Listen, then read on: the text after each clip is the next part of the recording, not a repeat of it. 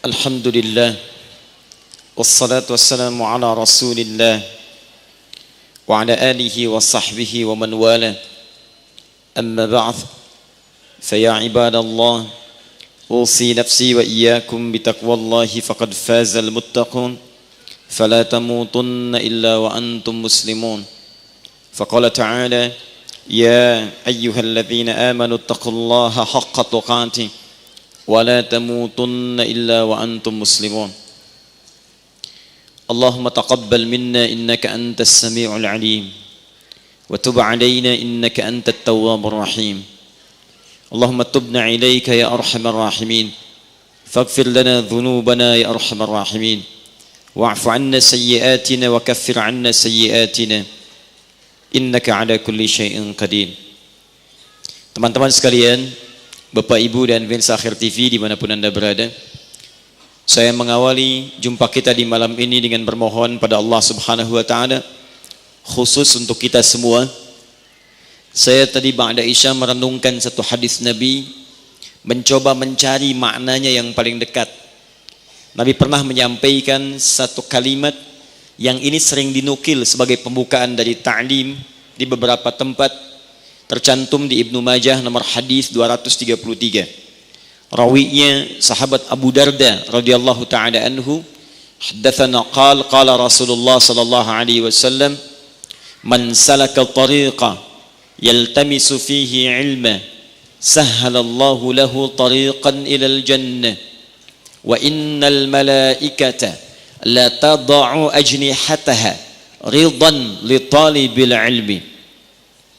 Nabi menyampaikan, man salaka tariqan yaltamisu fihi ilma, siapapun, laki-laki, perempuan, tua, muda, besar, kecil, yang mereka itu kemudian bersungguh-sungguh menyiapkan diri menempuh. Nah, dalam bahasa Arab, jalan itu setidaknya seringkali diungkapkan dengan dua kata utama.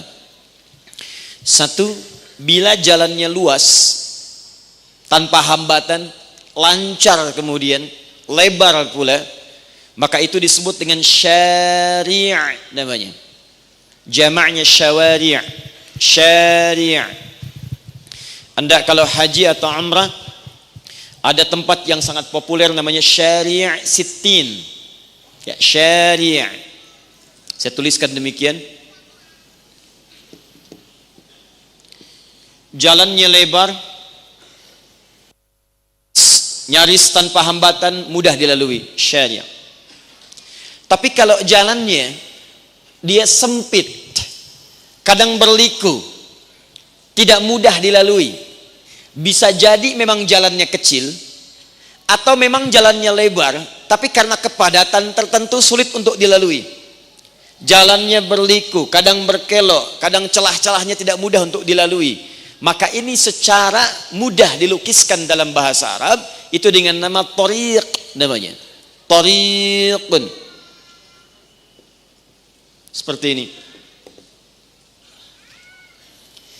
Nabi menyampaikan siapa yang menyiapkan dirinya, kemudian dia serius menempuh jalan, sekalipun itu mungkin tidak mudah jalannya. Jalannya berliku, kadang-kadang sempit, kadang tidak mudah menembus celahnya, tapi dia mencoba kemudian untuk bisa menembus itu semua demi satu tujuan, tidak ada yang lain, yaitu demi berupaya memperdalam pengetahuannya. Dia datang untuk mendekat kepada Allah Subhanahu wa Ta'ala, untuk merubah dirinya supaya dekat dengan Allah, mengenal dekat dengan Rasulullah. Yaltamisu fihi ilma, tujuannya cuma satu, saya pengen belajar demi lebih baik di hadapan Allah Subhanahu wa Ta'ala. Maka orang seperti ini, kata Nabi, setiap lelahnya, setiap keringatnya, setiap keluhnya, setiap sulitnya dalam menempuh jalan itu akan diganti oleh Allah Subhanahu wa Ta'ala untuk meringankan langkahnya ke surga. Jadi semua kesulitannya saat dia tempuh menuntut ilmu itu saat di dunia, itu akan diganti oleh Allah. Pada saat semua orang kesulitan saat dihisab, pada saat semua orang menegangkan untuk mendapatkan bagian dari kitabnya, maka orang-orang ini akan dijamin melalui lisan Nabi, akan dimudahkan oleh Allah untuk ringan langkahnya menuju surga Allah Subhanahu wa Ta'ala. Saya ba'da Isya merenung dan bermohon kepada Allah, Saya pikir Nabi menyampaikan 15 abad dulu. Seperti apa kira-kira orang bermacet, sulit, tempuh jalan, ada berdesakan, tidak mudah, sholat kadang mesti beberapa shift. Lalu malam ini saya saksikan dan saya bermohon kepada Allah, ya Allah, mungkin inilah umat Nabi Muhammad sallallahu alaihi wasallam yang dimaksudkan untuk engkau ringankan ke surganya Allah Subhanahu wa taala. Maka teman-teman sekalian berbahagialah. Kita telah diberikan hidayah oleh Allah Subhanahu wa taala malam hari ini. Ada orang yang memilih berekreasi, orang memilih untuk bisa jalan-jalan, orang memilih untuk bisa istirahat, orang memilih untuk bisa weekend dalam keadaan yang nyaman dengan dunianya. Tiba kemudian antum entah siapa yang menggerakkan, entah siapa antum rasakan, tiba-tiba ringan langkahnya, lembut hatinya. Kalau bukan Allah Subhanahu wa taala yang kemudian menggerakkan kita semua, mustahil kita berkumpul di sini. Mudah-mudahan rencana kita menginginkan memulai ba'da maghrib dan Allah berkehendak ba'da isya. Dengan demikian semoga 1 jam yang telah kita lalui itu, walaupun tidak kita lihat ada apa-apa di hadapan kita, tapi bagi Allah mungkin itulah rahmat yang diturunkan sepanjang kita telah lalui itu. Ya. Karena itu mari kita coba mulai bahasan kita dengan mengikhlaskan diri kepada Allah Subhanahu wa taala, sehingga semua apa yang kita pelajari mudah didapatkan, mudah dipahami, dan insya Allah mudah diamalkan dalam kehidupan harian kita. Siap insya Allah? Baik, mari kita mulai bahasan kali ini. Bahasannya spesial, banyak dibutuhkan kekinian, dan juga menjadi bagian yang tak terpisahkan dalam hidup kita, yaitu tentang hakikat doa dalam Al-Quran dan Sunnah Rasulullah Sallallahu Alaihi Wasallam. Kita akan bagi beberapa pembahasan. Pertama, kita mesti tahu kenapa kita mesti berdoa. Satu. Kedua, apa saja jenis-jenis doa yang termaktub dalam Al-Quran. Ada berapa jenis doa itu sifatnya, sehingga kita bisa menempatkan diri kemudian ketika kita memilih untuk bermohon, antum berada di jenis yang mana. Ketiga, bagaimana kemudian cara mempercepat doa ketika kita bermohon kepada Allah Subhanahu wa taala. Awas hati-hati, kalau antum berada di jenis yang pertama, bagaimana cara cepat bermohon supaya segera dikabulkan. Kalau anda berada di jenis yang selanjutnya, bagaimana cara anda bermohon supaya segera dikabulkan. Yang sekali terjadi, kadang-kadang ada yang tertukar, berdoa di sisi yang satu, tapi sesungguhnya yang dia butuhkan di sisi yang kedua. Karena itu kita coba turunkan seperti apa gambaran yang nanti terungkap dalam Al-Quran, dan bagaimana cara Allah mengabulkan, baik di masa lalu, masa yang akan datang, atau kini yang sedang kita lalui. Bahasan kita bahas tentang hakikat doa dalam Al-Quran dan Sunnah Rasulullah Sallallahu Alaihi Wasallam. Satu, kita mulai karena bahasannya dari Quran, kita keluarkan ayat pertama, Quran surah ke-7 Al-A'raf ayat ke-172. Bismillah. Quran surah 7 ayat 172. Kita pelan-pelan nanti turunkan bagiannya. Ya, saya bacakan ayatnya, fokus. Wa idh akhadha rabbuka min bani Adam min zuhurihim dzurriyyatahum wa ashhadahum ala anfusihim alastu, catat, bi rabbikum, alastu bi rabbikum, qalu bala syahidna. Cukup sebentar sampai di sini. Qalu bala syahidna. Saya akan berikan penekanan pada kalimat yang penting di ayat ini. Saya coba tuliskan. Kita hapus sejenak. Bismillah.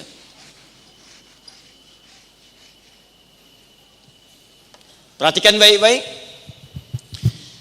Alastu bi rabbikum, saya tuliskan alastu bi rabbikum,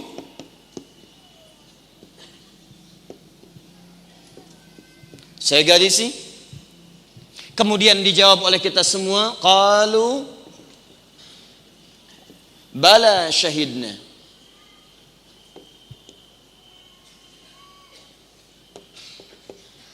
Baik, perhatikan baik-baik. Wa idh akhadha rabbuka min bani Adama, dan ingatlah idh. Ingat baik-baik di ilmu nahwu, ilmu gramatikal bahasa Arab, iz itu tidak hanya menunjuk sesuatu yang diingat, menunjukkan dipelajari, dipahami, didalami. Jadi kalau Allah mengatakan wa iz, itu artinya dan ingatlah, pelajarilah, pahamilah, dalamilah. Akhadha rabbuka min bani Adam. Ketika Allah Subhanahu wa taala menetapkan, mengambil perjanjian dari semua anak cucu Adam sebelum terlahir ke muka bumi. Awas, hati-hati. Min zuhurihim dzurriyyatahum, sejak berada dalam kandungan ibundanya, maka Allah kemudian mengambil perjanjian dengan semua anak cucu Adam sebelum lahir ke muka bumi. Ini disebutkan dalam hadis, nanti isyaratnya ya. Anda paling mudah dapatkan di An-Nawawi, hadis Al-Arba'in Imam An-Nawawi ya rahimahullah, hadis nomor yang keempat ya, dari Abdullah bin Mas'ud radhiyallahu taala anhu. Dalam usia kandungan 4 bulan, saat ruh itu ditiupkan, maka terjadilah kemudian perjanjian ini. Kalau kita bacakan hadisnya ya, an Abi Abdurrahmani Abdullah bin Mas'ud radhiyallahu taala anhu. Ya, hadis diriwayatkan oleh sahabat Abdullah bin Mas'ud, semoga Allah meridai kepada beliau. Qala Rasulullah sallallahu alaihi wasallam wa huwa shadiqul masduq. Beliau menyampaikan, Nabi pernah mengatakan, menyampaikan berita, sedangkan beliau orang yang benar dan dibenarkan oleh orang lain. Ingat rumusnya ya, Nabi itu orang yang selalu benar dan dibenarkan oleh orang lain. Ini kelebihan Nabi Muhammad sallallahu alaihi wasallam. Jadi kalau beliau menyampaikan sesuatu, selalu benar, dan uniknya orang lain membenarkan. Bukan cuma kawannya, lawannya pun mengakuinya. Nah, ini sifat yang mulia. Ada orang menyampaikan kebenaran, kata-katanya benar, tapi orang lain tidak mengakui. Nabi tidak. Nah, kalau di ilmu hadis Anda temukan kalimat ini, kalimat as-sadiqul masduq, orangnya benar dan dibenarkan, ini menunjukkan informasi yang disampaikan bukan informasi biasa. Sesuatu yang gaib, yang kadang-kadang belum kita ketahui seketika. Maka ada kalimat pembuka seperti ini, seakan-akan ingin mengatakan begini, sepanjang yang Nabi sampaikan itu apapun bentuknya, maka Anda harus langsung benarkan. Karena beliau ini, jangankan orang kawannya, lawannya pun ketika bicara langsung dibenarkan oleh mereka. Paham?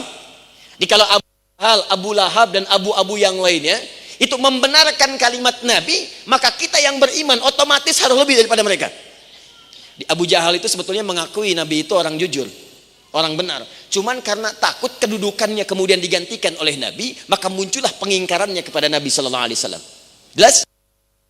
Inna ahadakum, saya agak cepat, setiap kalian yujma'u fi batni ummihi, akan berproses sebelum dilahirkan dalam perut ibundanya.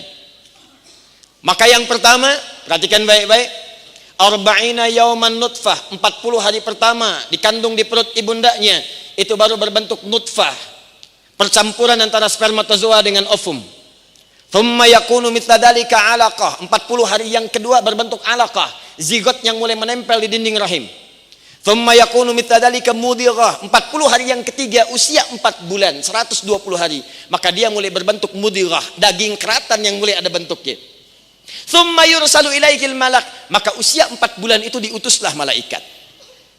Awas. Fayanfukhu fihi ruh, maka ditugaskan oleh Allah untuk meniupkan ruh.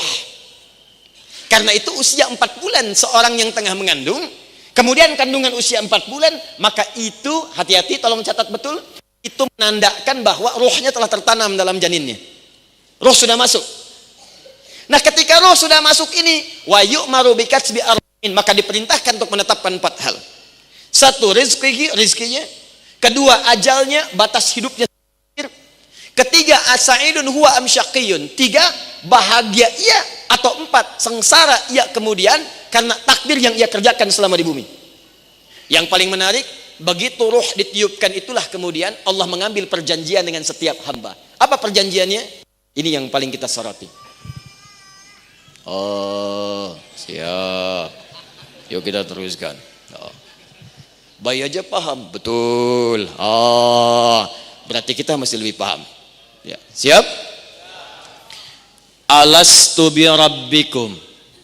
Awas, kata Allah, min bani Adam. Ingat, kalau ada kalimat bani Adam, ini nomor kelima penyebutan manusia yang disebutkan dalam Al-Quran. 1, bashar disebutkan 35 kali menunjuk nafsu. 2, insan disebutkan 65 kali dalam Al-Quran menunjuk aktivitas kita. Kalau antum disebut dengan nama insan, ini menunjukkan aktivitas apa yang harus kita kerjakan selama hidup di bumi. Kalau baca Quran bertemu itu, lihat antum harus kerjakan apa dari bangun tidur sampai tidur lagi. Yang ketiga ada yang disebut dengan ins, disandingkan dengan jin. 18 kali pasangannya disebutkan dalam Al-Quran untuk menunjuk sifat kelembutan dan sifat kehadirannya di bumi. Yang keempat ada disebut dengan nas, an-nas, disebutkan kurang lebih 241 kali dalam Al-Quran untuk menunjuk sifat sosial yang manusia itu mustahil bisa hidup sendirian. Yang kelima disebut dengan Bani Adam. Bani Adam 7 kali disebutkan dalam Al-Quran untuk menunjuk asal keturunan kita bersumber dari Adam alaihissalam. Jadi kalau disebutkan Bani Adam, itu artinya semua manusia dari sejak Adam turun ke bumi melahirkan keturunan sampai keturunan terakhir di bumi. Artinya apa? Semua yang namanya manusia, anak cucu Adam sampai kehidupan berakhir akan mengalami proses ini. Apa proses yang dimaksudkan? Alastu bi rabbikum, kata Allah, saya akan mengambil perjanjian dengan kalian pada saat ini. Apakah kalian siap menjadikan saya sebagai Rabb kalian? Tahan. Allah punya berapa nama? Allah punya berapa nama? Disebut dengan apa? Tahu dari mana? Tahu dari wallahu a'lam. Baik. Quran surah ke-17 ayat 110, paling kanan sebelah atas. Ya, Al-Isra ayat 110. Qulid Allaha awid ar-Rahman ayyamma tad'u falahul asmaul husna. Sedang punya persoalan apapun, maka sebut Allah, panggil, mohon, atau sebut namanya Ar-Rahman, atau pilih nama-nama terbaik sesuai dengan kebutuhan kita. Allah punya nama-nama terbaik sesuai dengan kebutuhan kita, disebut Al-Asmaul Husna. Ada Ar-Rahman, ada Ar-Rahim, ada Al-Malik, ada Al-Quddus, ada Rabb, ada As-Sabr, ada Al-Alim. Pertanyaannya, kenapa di ayat ini yang dipilih kalimatnya oleh Allah menggunakan kata Rabb? Kenapa Allah tidak mengatakan alastu bi ilahikum, alastu alastu bi rahimikum, alastu bi malikikum? Dipilih di ayat ini menggunakan kalimat alastu bi rabbikum. Ini rahasia terbesarnya sebelum masuk pada pembahasan. Teman-teman, kata Rabb itu terambil dari satu sifat yang disebut dengan rububiyah. Rabba, ya Rabbu, tarbiyatan wa rububiyatan. Tidak disebutkan dalam bahasa Arab sifat yang terkait dengan nama rububiyah kecuali mencakup semua jenis perhatian yang mungkin diberikan. Jadi kalau misalnya ada yang sakit disembuhkan, masuk sifat rububiyah. Ada yang susah dimudahkan. Ada yang butuh diberikan. Ada yang ingin disampaikan. Di semua apa yang dibutuhkan dipenuhi. Maka itu yang disebut dengan sifat rububiyah. Kalau sifatnya terbatas dengan batasan tertentu, bisa ngasih sekarang, nanti belum tentu. Misal, orang tua saat Anda sekolah dicarikan kemudian biayanya, diberikan kemudian kebutuhannya. Tapi begitu wafat, hilang semua pemberiannya. Pemberian sifat rububiyah yang terbatas keadaannya, terbatas waktunya, maka sosok yang memberikan itu disebut. Saya ulang, sosok yang memberikan disebut dengan murabbi. Murabbi itu orang yang memberikan perhatian pada orang yang dirawatnya, tapi perhatiannya sifatnya terbatas. Karena tidak bisa memberikan yang sifatnya abadi. Jadi bisa dibatasi dengan waktu, dengan keadaan, dengan batas hidup, dan lain sebagainya. Maka dia disebut dengan apa namanya? Tapi kalau sifat perhatian itu tidak punya batas dan cepat diberikannya. Begitu minta, kasih. Butuh, diberi. Sulit, mudah. Ingin diberikan, maka rubah kalimatnya kemudian menjadi Rabb.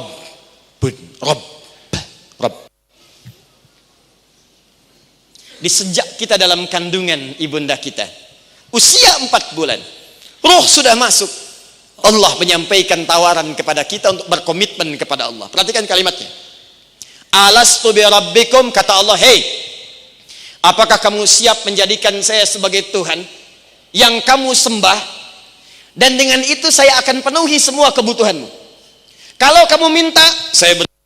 Kamu sakit, saya sembuhkan. Kamu butuh, saya anugerahkan. Kamu ingin, saya persembahkan. Kamu ingin rezeki, saya tampilkan. Kamu sakit, saya sembuhkan. Kamu salah, saya maafkan. Kamu dosa, saya ampuni. Saya mau tanya nih pada antum semua ya. Maaf sekali. Ada yang menawarkan kepada antum, mau nggak antum ikut saya? Nanti semua biaya saya tanggung. Kalau pengen haji, saya berikan. Kalau pengen umrah, saya fasilitasi. Pengen nikah, saya fasilitasi. Pilih perempuan paling cantik di muka bumi, saya fasilitasi sepanjang dia mau menikah dengan kamu, ya kan? Misal gitu kan? Kadang-kadang ada yang begitu, ya. Khutbah nikah, khatibnya siap, tempatnya ready, maharnya oke, saksi siap, cuman calon belum ada. Semua kamu akan saya permudah.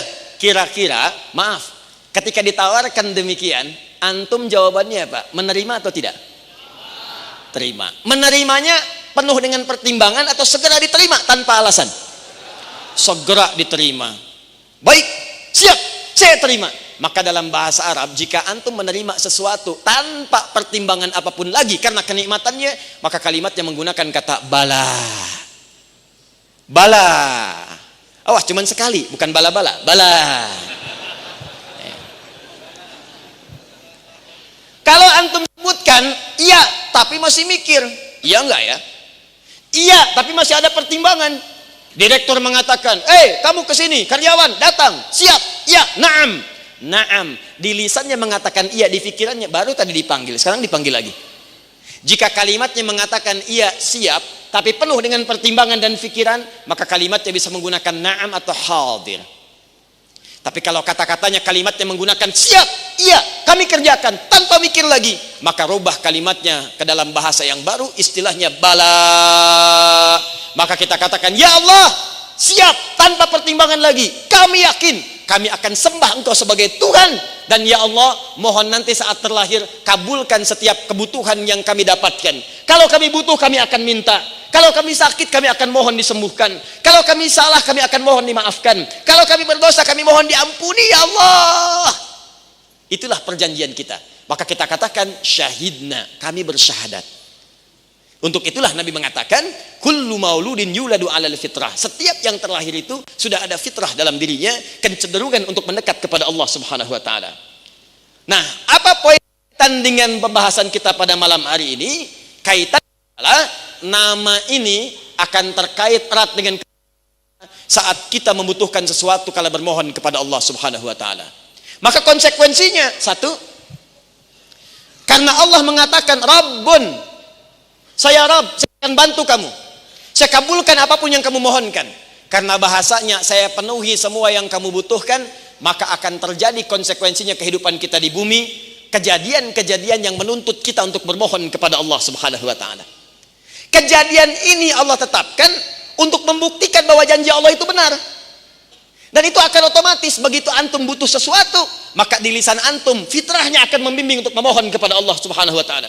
Bahkan antum akan sebutkan dengan namanya. Perhatikan, bukankah saat Anda meminta kepada Allah, Anda sering menggunakan kalimat Rabb? Pengen minta bagus dunia, bagus akhirat, dibebaskan dari neraka. Bahasa Arabnya, Rabbana atina fid dunya wa fil akhirati wa qina. Bukankah dimulai dengan kata-kata Rabb?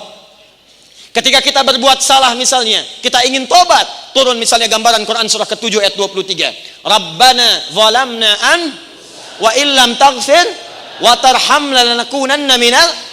Bukankah dimulai dengan kata Rabb? Begitu antum ingin memohon kebaikan untuk orang tua, ampuni saya, ampuni kedua orang tua. Rabbil firli waliwa warhamhuma kama Rabb saghi. Ketika antum ingin memohon kepada Allah, ringankan beban hidup kami ya Allah, maafkan kesalahan kami ya Allah, jangan berikan beban kepada kami yang tidak sanggup kami pikul ya Allah, maka antum sebutkan nama ini. La yukallifullahu nafsan illa laha ma kasabat wa 'alaiha ma. Rabbana la tu'akhidhna au Rabbana wa la tahmil 'alaina isran kama hamaltahu 'alal ladzina min Rabbana wa la tuhammilna ma la taqata lana bi. Rabb. Seakan-akan antum katakan, ya Allah, bukankah dulu engkau berjanji kalau saya sedang sulit, engkau akan kemudian berikan kemudahan. Ya Allah, saya sekarang sedang sakit, engkau akan sembuhkan. Maka secara otomatis kejadian-kejadian yang kita alami dalam hidup itu, siapapun Anda, demi Allah saya katakan, apakah Anda orang paling tinggi jabatannya? orang paling kaya, atau orang paling apapun di muka bumi, maka selama hidup itu akan dipaksa melalui alur hidup kita mendapatkan sebuah kejadian untuk kita memanggil kepada Allah Subhanahu wa taala. Apakah saat akun Anda di Facebook ya ditutup? Daripada Anda marah-marah, datangin nuntut 1 triliun. Misalnya, lebih baik Anda bermohon kebaikan kepada Allah. Anda kena tilang, begini. Daripada Anda banting-banting motor, minta.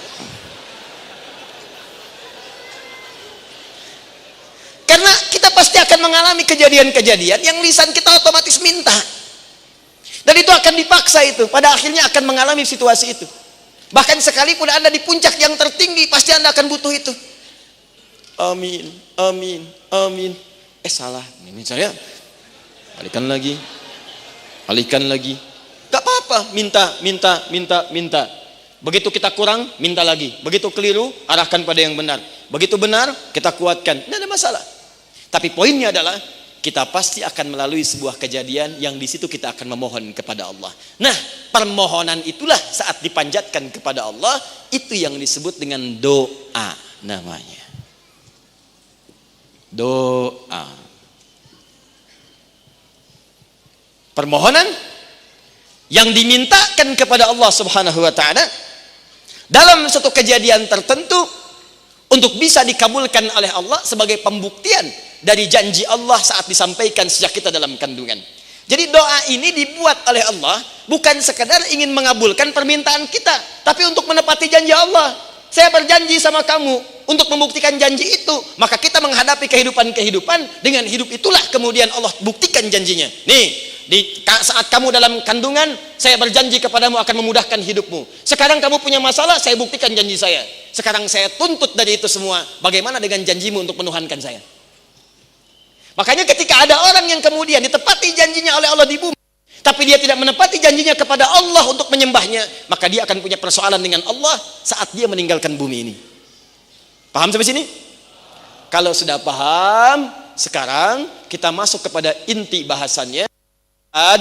Bagaimana cara kita berdoa itu, ada berapa jenisnya, seperti apa caranya, dan bagaimana konsekuensinya. Inilah inti bahasan kita pada malam hari ini. Mudah-mudahan sisa waktunya cukup untuk menguraikan itu semua insya Allah. Baik, jadi tadi baru mukaddimah, sekarang kita baru mulai intinya. Ya. Sampai jam berapa kita insya Allah? Siap? Ya, siap. Jam 9 saya selesai, antum silahkan di subuh ya. Ya apa sih yang tidak saya bisa berikan untuk antum ya? Baik. Ngapus ya hapus, tulis ya tulis tuh kan. Datang sendiri udah macet, udah desak-desakan, nyampe sini ngapus juga, luar biasa. Panitia banyak, ada satu nggak ada yang tugasnya menghapus. Luar biasa. Alhamdulillah. Kadang-kadang gelasnya aja airnya kosong deh.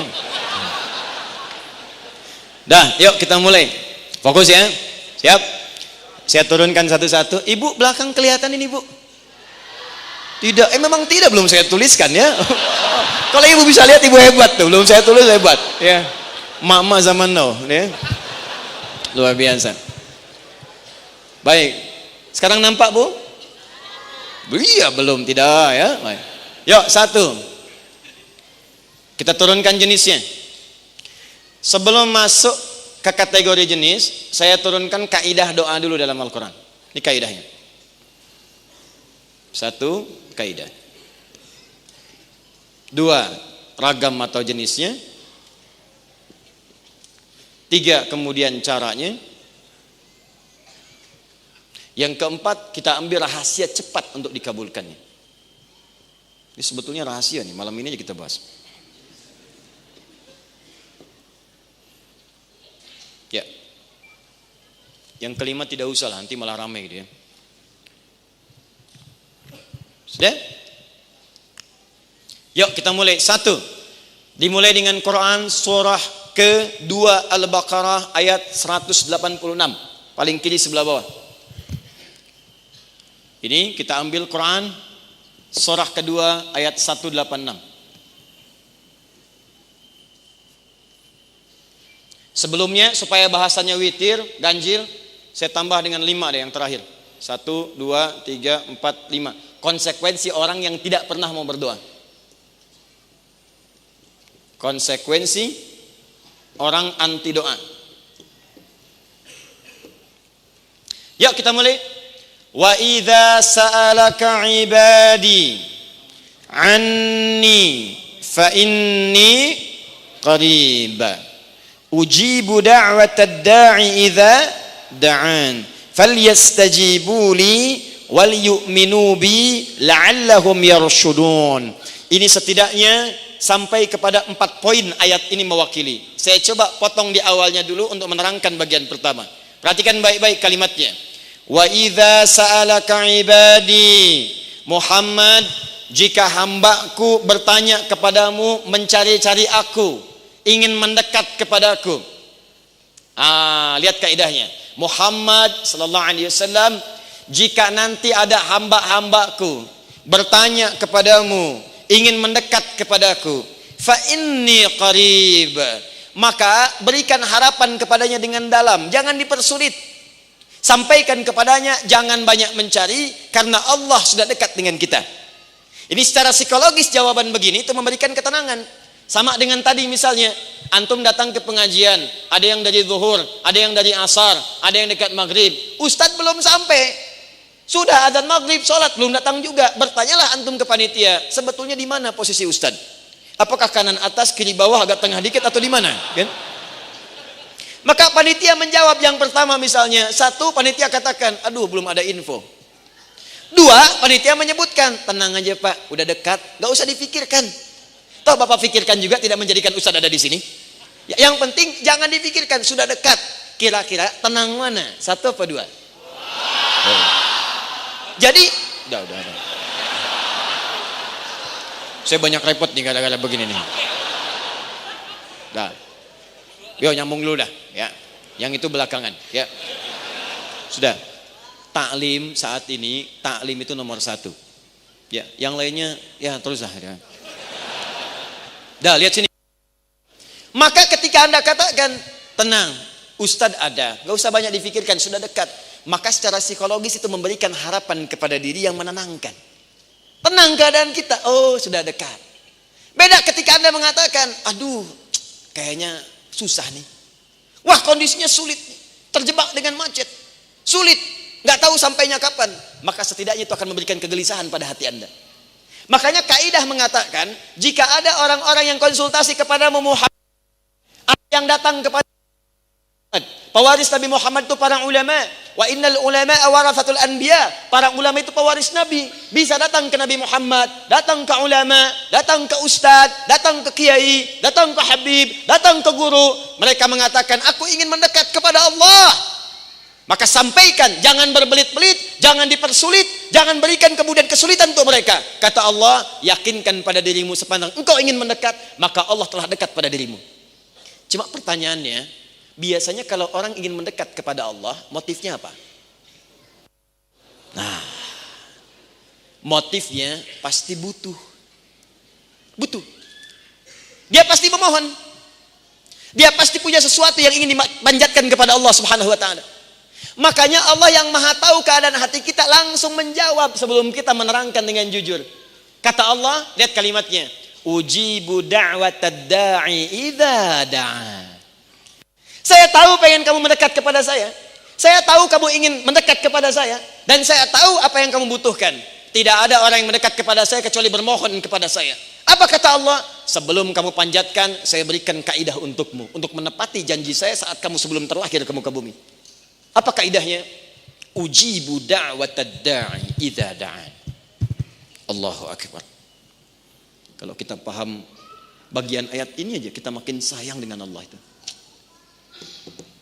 Ujib. Kata Allah, saya pasti akan menjawab kapanpun, dimanapun, dalam suasana apapun, ketika ada seseorang yang bermohon kepada saya. Ini kalimatnya menggunakan mudhari'. Dalam ilmu nahwu, kaidahnya mudhari' itu kalau padanannya bahasa Inggris punya 3 arti. Present, continuous, future. Sekarang, Terus sampai kapanpun. Jadi kapanpun kamu bermohon kepada saya, kata Allah, kapanpun kamu punya kebutuhan, ayo mohonkan kepada saya, maka kaidahnya setiap yang kamu panjatkan pasti aku akan jawab. Jadi kaidah ini mengatakan dalam Al-Quran, setiap doa itu pasti dijawab. Kaidah pertama, setiap doa yang dipanjatkan pasti akan dijawab. Mau Anda minta sekarang, mau Anda minta nanti, ataupun Anda punya kebutuhan di masa depan, sepanjang Anda mohonkan, pasti Allah akan menjawabnya. Imma Allah jawab saat itu juga, atau saat Anda siap menerimanya, atau bahkan jawabannya tidak seperti yang Anda gambarkan. Allah ganti apa yang Anda inginkan dengan apa yang Anda butuhkan. Perhatikan kaidah yang kedua. Jawabannya bisa berbentuk 3 hal. 1, seketika dikabulkan saat Anda memang sudah siap menerimanya.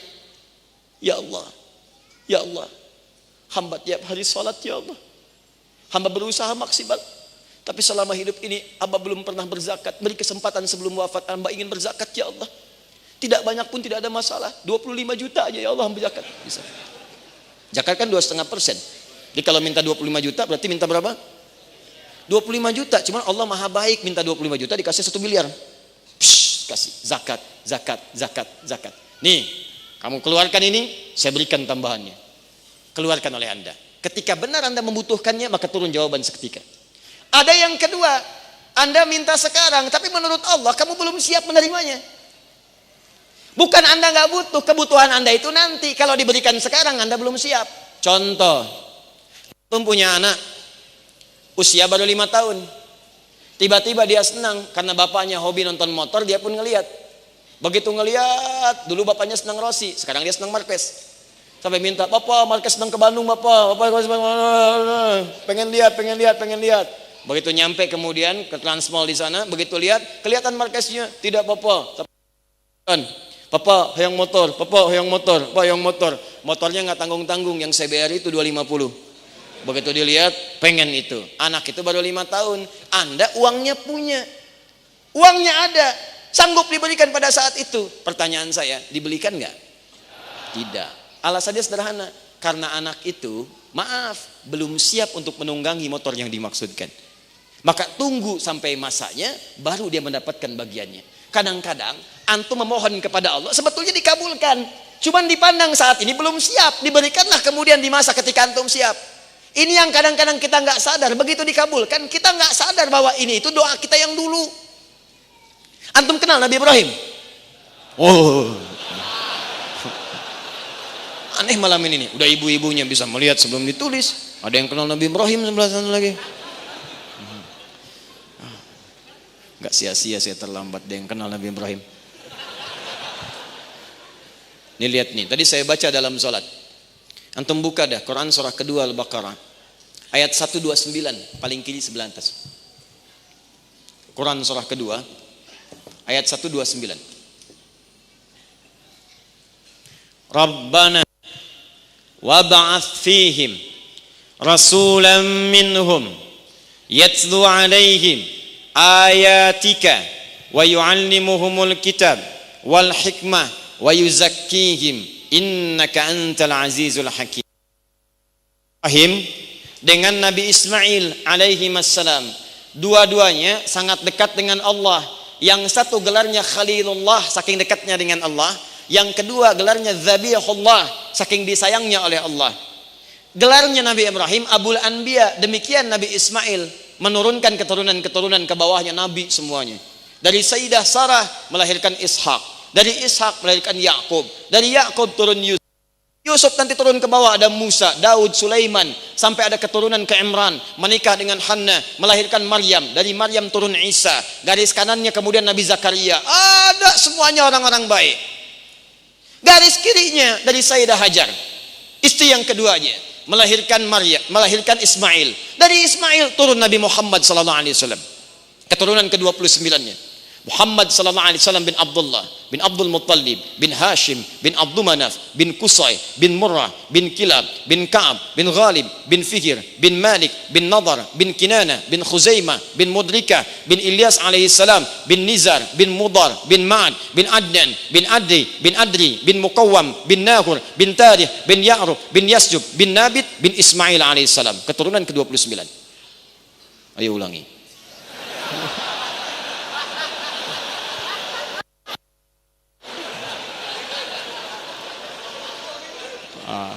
Bingung nih gimana ini. Paham? Itu dua-duanya, saya mau katakan, dua-duanya orang mulia, dekat dengan Allah, statusnya nabi, rasul, dijamin surga, bebas dari kesalahan. Dari dua keturunannya mulia semua, nabi, rasul, nabi, rasul, nabi, rasul. Tiba-tiba bermohon kepada Allah. Pertanyaannya, saat meminta itu, apakah langsung dikabulkan? Sebentar dulu, tidak. Kalau sudah tahu kenapa saya mesti nerangkan? Kita cukupkan sampai di sini saja. Lihat, Rabbana wab'ats fihim. Dua-duanya kemudian berdiri di dekat Ka'bah bermohon kepada Allah. Ya Allah, kami mohon kepadamu tolong utus nanti seorang rasul yang dia lahirnya di lingkungan dekat Ka'bah ini.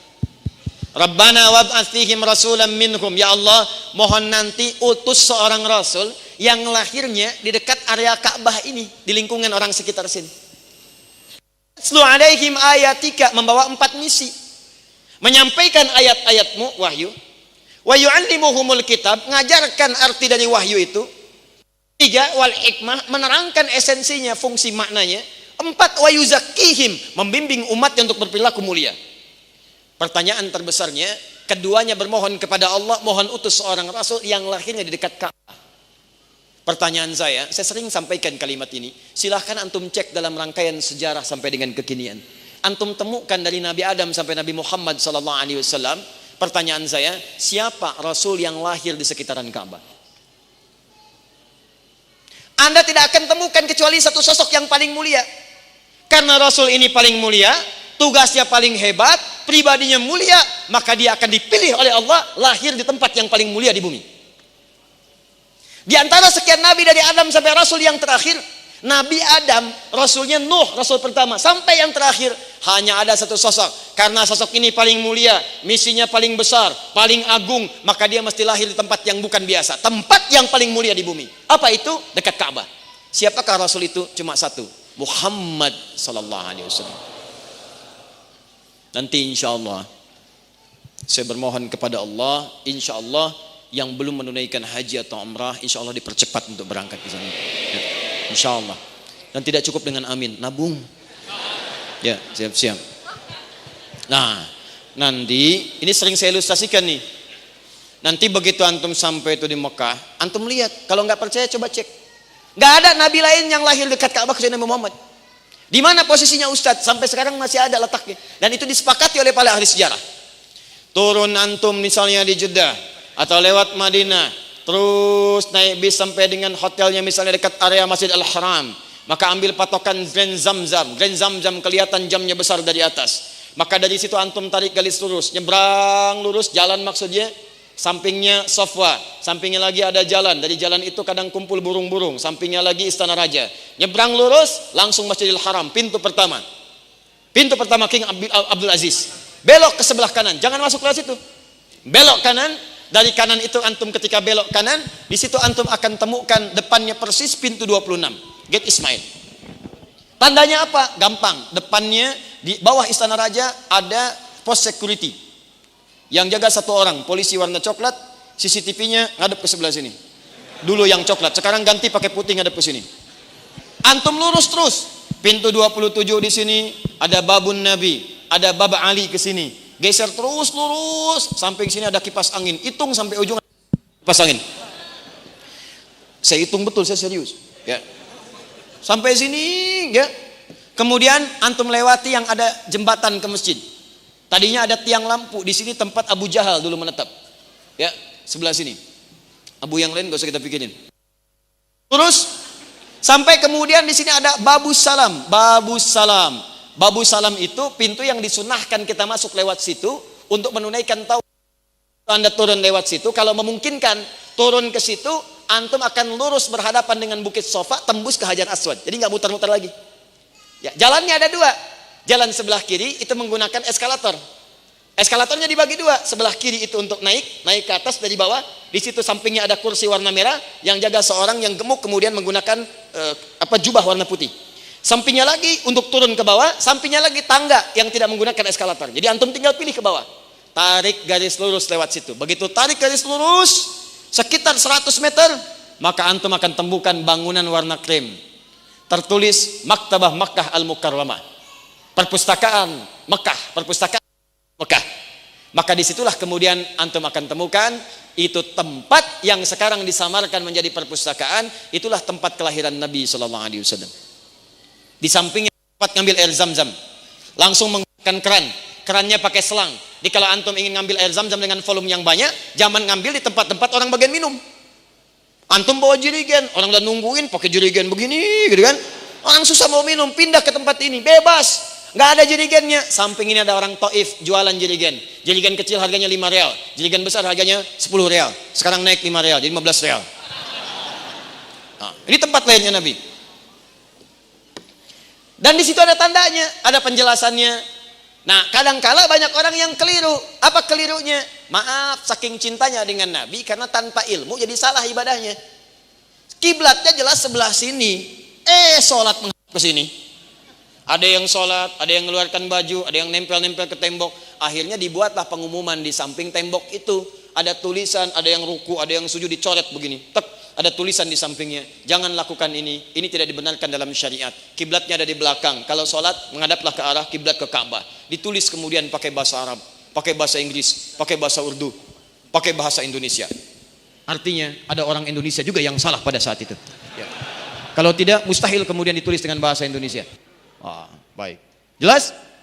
Yang mau saya sampaikan, Nabi Ibrahim, Nabi Ismail berdoa. Doanya baru dikabulkan oleh Allah bukan seketika. Minta, ya Allah tolong lahirkan seorang Nabi, utus seorang Rasul, lahirnya dekat Ka'bah. Cuman satu yang lahir dekat Ka'bah, siapa? Nabi Muhammad SAW. Tadi telah saya sebutkan nasabnya. Dari Nabi Muhammad ke Nabi Ismail sampai ke Nabi Ibrahim. Ada 30 generasi. Setiap generasi ribuan tahun. Nabi Musa aja ke Nabi Muhammad 2000 tahun. Nabi Isa ke Nabi Muhammad 600 tahun. Apalagi ke Nabi Ibrahim. Anda kebayang nggak? Nabi Ibrahim, Nabi Ismail. 2 nabi, 2 rasul. Ahli surga. Dekat dengan Allah. Dijaga dari salah. Surga terjamin tingkat tinggi. Berdoa dikabulkan beberapa ribu tahun setelahnya. Apakah beliau mengeluh? Tidak. Ya Allah, kenapa engkau tidak kabulkan? Aku kan Nabi, ya Allah. Aku kan Rasul. Aku kan Khalilullah. Bikin status kemudian.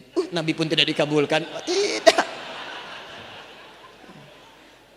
Ini Nabi, Rasul, dekat dengan Allah, ahli surga. Dijaga dari maksiat. Jaminan surga tingkat tinggi. Nggak ada hisab.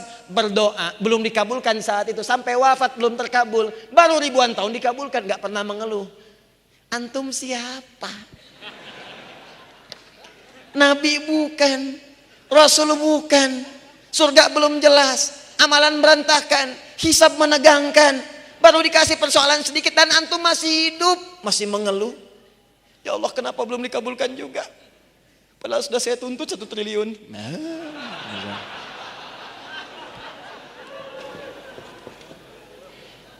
Nah, ini yang kedua. Jadi boleh jadi antum minta sekarang dikabulkan nanti saat siap. Yang ketiga kaidahnya, ingat kita baru 5% kita mulai nih. Yang ketiga kaidahnya, antum minta Allah kabulkan, tapi dikabulkannya pada apa yang antum butuhkan, bukan apa yang antum inginkan. Perhatikan baik-baik. Kaidah doa itu, Allah hanya mengabulkan apa yang antum butuhkan, bukan apa yang Anda inginkan. Contoh, Anda punya anak sakit, kata dokter nggak boleh makan apel. Lu jalan dia pengen apel, ya pak apel, diberikan apel nggak?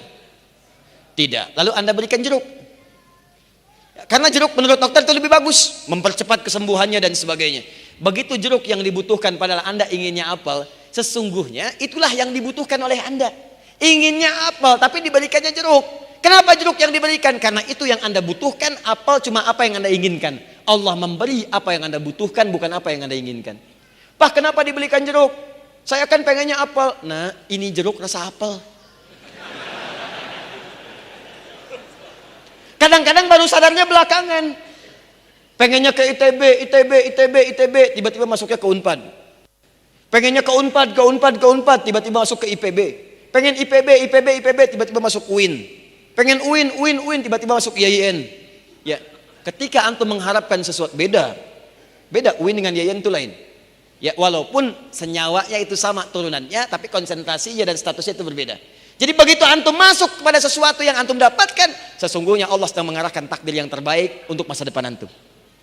Dulu saya ikut daurah, mungkin orang termuda yang ikut daurah waktu ada syekh saya dari Madinah datang. 2002 saya ikut. Saya masih statusnya santri. Orang lain sudah lewat selesai, mau masuk kampus dan sebagainya, ikut daurah. Begitu ikut saya pengen tuh, wah saya pelajari kurikulumnya macam-macamnya. Saya bilang saya pengen ke Madinah. Anda tahu apa yang terjadi? Maka saya pelajari pelajaran-pelajaran di Madinah.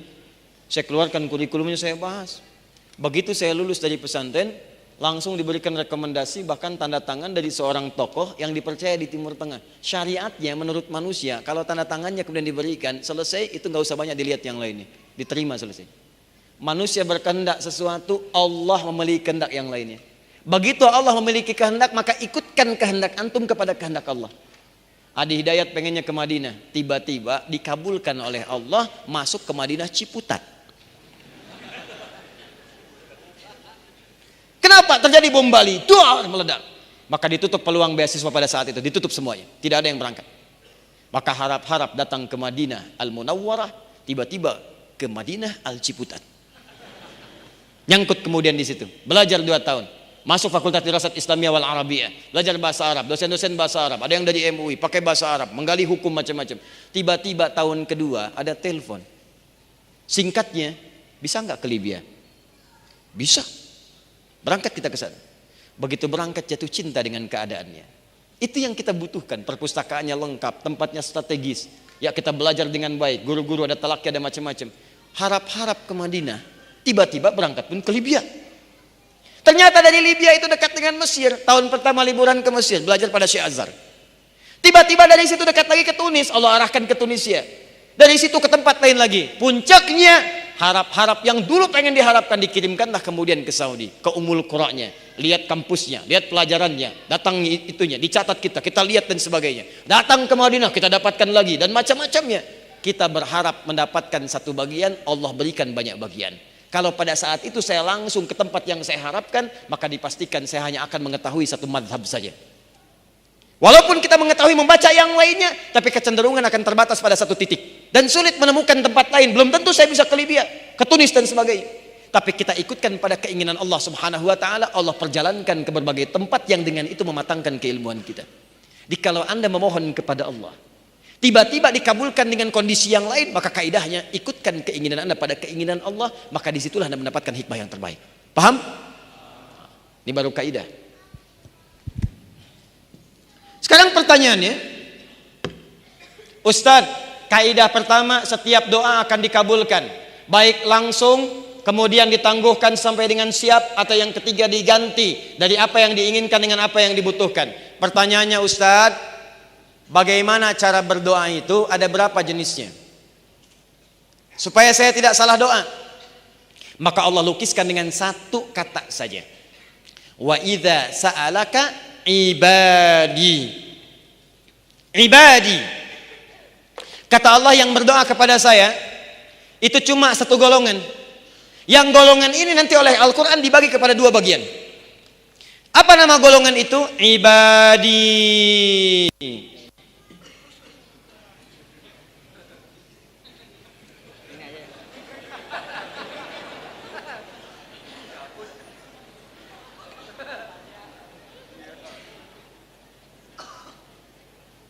Hapus lagi.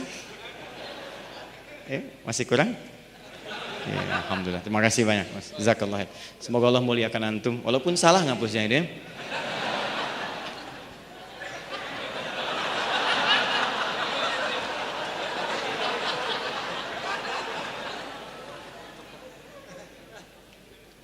Ini. Nah, Mas. Sini, jangan dekat-dekatkan penghapus lagi ya. Gak apa-apa, bercanda. Tapi ya antum salah ngapus sebenarnya. Khair insyaallah ya. Ijtihad itu kalau salah dapat 1. Ya. Kalau benar dapat 2. Yang paling repot itu ijtihad yang membuat orang lain susah. Ya. Tapi itu canda saja. Ini benar. Jazakallahu khair. Lihat sini. Ujibu da'watad da'i. Siapa da'i di situ? Ibadi. Ibadi. Fokus, lihat. Ini rahasia besarnya.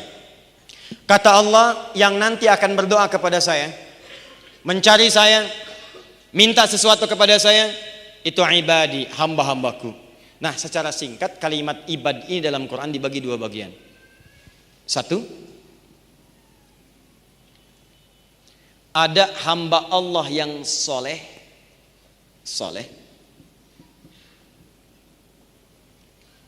2, ada hamba Allah ibad yang salah.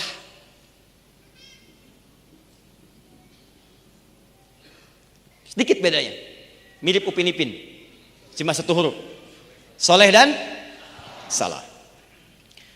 Ada hamba Allah disebutkan dengan ibad, kategorinya soleh. Contohnya banyak. Quran misalnya surah ke-25 ayat ke-63. Ada hamba Allah yang Maha Penyayang disebut dengan ibad, ibadur rahman. Wa ibadur rahmanil ladzina yamshuna 'alal ardi hauna wa idza khatabahumul jahiluna qalu salama. Orang soleh di sini disebut dengan nama ibad. Ada langsung dengan kalimat ibadnya tanpa rahmannya. Quran surah ke-39 ayat 10. Qul ya ibadil ladzina amanu ittaqu rabbakum. Katakan pada hamba-hambaku yang beriman, soleh yang disebutkan, terus tingkatkan takwamu kepada Rabbmu. Tingkatkan takwamu. Jadi kalau disebutkan yang pertama kata ibad, ini menunjukkan pada orang soleh. Maksudnya yang tidak banyak berbuat salah, yang punya permohonan-permohonan kepada Allah. Singkatnya, kategori yang pertama, orang-orang yang meminta kepada Allah untuk memudahkan urusan-urusan dunia dan akhiratnya. Permintaan dari orang soleh. Doa standar. 2, ada yang salah. Yang banyak berbuat maksiat, salah. Kemudian dia ingin mendekat kepada Allah. Umumnya orang yang salah, banyak maksiat, ketika akan mendekat kepada Allah cuma 1 alternatifnya, yaitu ingin bertobat kepada Allah Subhanahu wa taala. Doa memohon ampunan. Minta ampun dari dosa. Contoh, orang salah yang disebut minta ampun kepada Allah. Quran surah 39 ayat 53. Disebut dengan ibad. Qul ya ibadiyalladzina asrafu ala anfusihim la taqnatu min rahmatillah. Katakan Muhammad pada hamba-hambaku yang telah banyak salahnya, tak terlukiskan, israf, kerjakan lagi. Mereka jangan putus asa untuk mendapatkan rahmat Allah Subhanahu wa taala. Datang taubat, saya terima taubatnya. Minta ampun, saya ampuni semua dosa-dosanya. Jadi secara singkat, orang berdoa itu cuma ada 2 kategori. Kalau bukan memohon satu kebutuhan, pasti minta ampunan kepada Allah atas dosa yang pernah dikerjakan.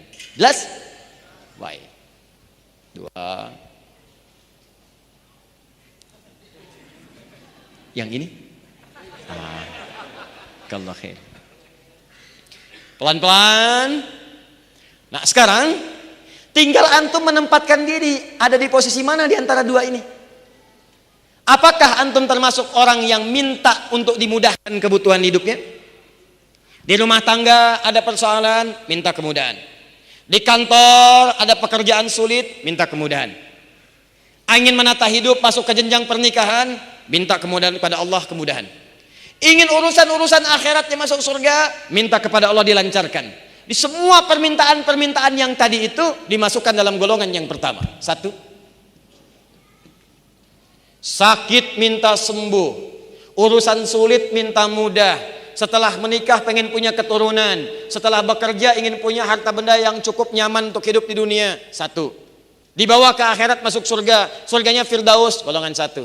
Ada yang kedua, merasa banyak salah, pernah bermaksiat, maksiat kadang tingkat tinggi, merasa diri banyak salahnya, kadang-kadang merasa ya Allah diampuni apa enggak. Kata Allah, kamu datang kepada saya, tobat saya ampuni. Golongan yang kedua. Minta ampun. Nah sekarang pertanyaannya, kalau antum masuk di kategori 1 dan 2 ini, bagaimana cara bermohonnya kepada Allah Subhanahu wa taala supaya cepat dikabulkan? Itu bagian terpenting dari pembahasan kita. Ini sudah, sekarang kita masuk pada yang ini. 1, kaidah sudah. 2, ragam sudah. Sekarang kita masuk pada caranya. Sekarang kita masuk pada kasusnya. Kalau antum punya permohonan ingin disampaikan, seperti apa cara memohonnya dan bagaimana supaya cepat dikabulkan kondisi itu. Kita ambil 3 contoh saja dalam Al-Quran. 1, terkait dengan urusan sakit. Kalau orang sakit bagaimana cepat disembuhkan. 2, terkait dengan aktivitas hidup. Kalau antum mencari rizki bagaimana dimudahkan. Bahkan kadang-kadang ada yang belum bermohon, rizkinya langsung dikabulkan oleh Allah dekat dengannya. Ini unik nih, bukan belum nyari, belum minta sudah diberi. Nanti kita tunjukkan caranya. Dan yang ketiga, ini yang paling hebat juga, terkait dengan keturunan. Bahkan yang paling dahsyat, medis mengatakan gak mungkin punya keturunan. Klinis mengatakan mustahil punya anak. Tapi ketika itu dipanjatkan kepada Allah dengan cara tertentu, tiba-tiba turun jawaban. Kamu dapat kabar gembira dari Allah, kamu akan mendapatkan keturunan. Yuk kita kali. 1, buka Quran surah ke 21 tentang sakit.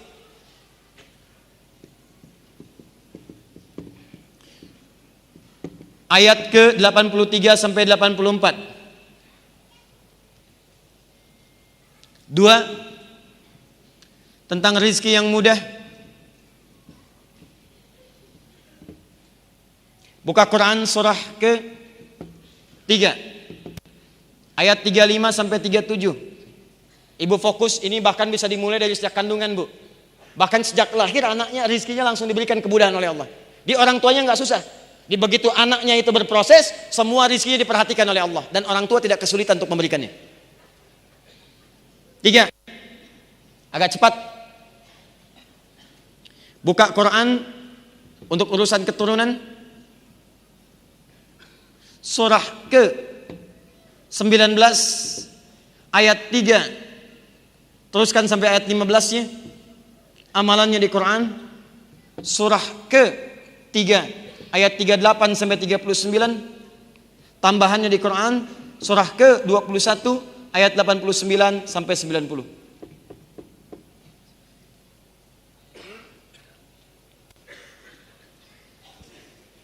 Nanti kalau ada tambahan-tambahan Anda tinggal munculkan. Mahasiswa besok akan ujian atau ingin dipercepat pengetahuannya supaya cepat, gampang, cepat paham, cepat ingat, sulit lupa, nanti ada lagi amalannya. Kita ambil 3 contoh dulu. Yuk, 1 kita mulai dengan sakit. Jika ada seseorang yang sakit dan biasanya fitrahnya itu langsung walaupun tidak diminta, itu otomatis fitrahnya mendorong dia untuk bermohon. Apalagi kalau penyakit itu kemudian sudah mulai menyakiti dirinya. Sudah mulai gak enak, sudah mulai tidak nyaman. Bahkan dokter mengatakan ini sulit obatnya. Maka saya katakan, demi Allah saya katakan, pasti fitrah dalam hati kita akan mendorong kita untuk bermohon kepada Allah Subhanahu wa taala.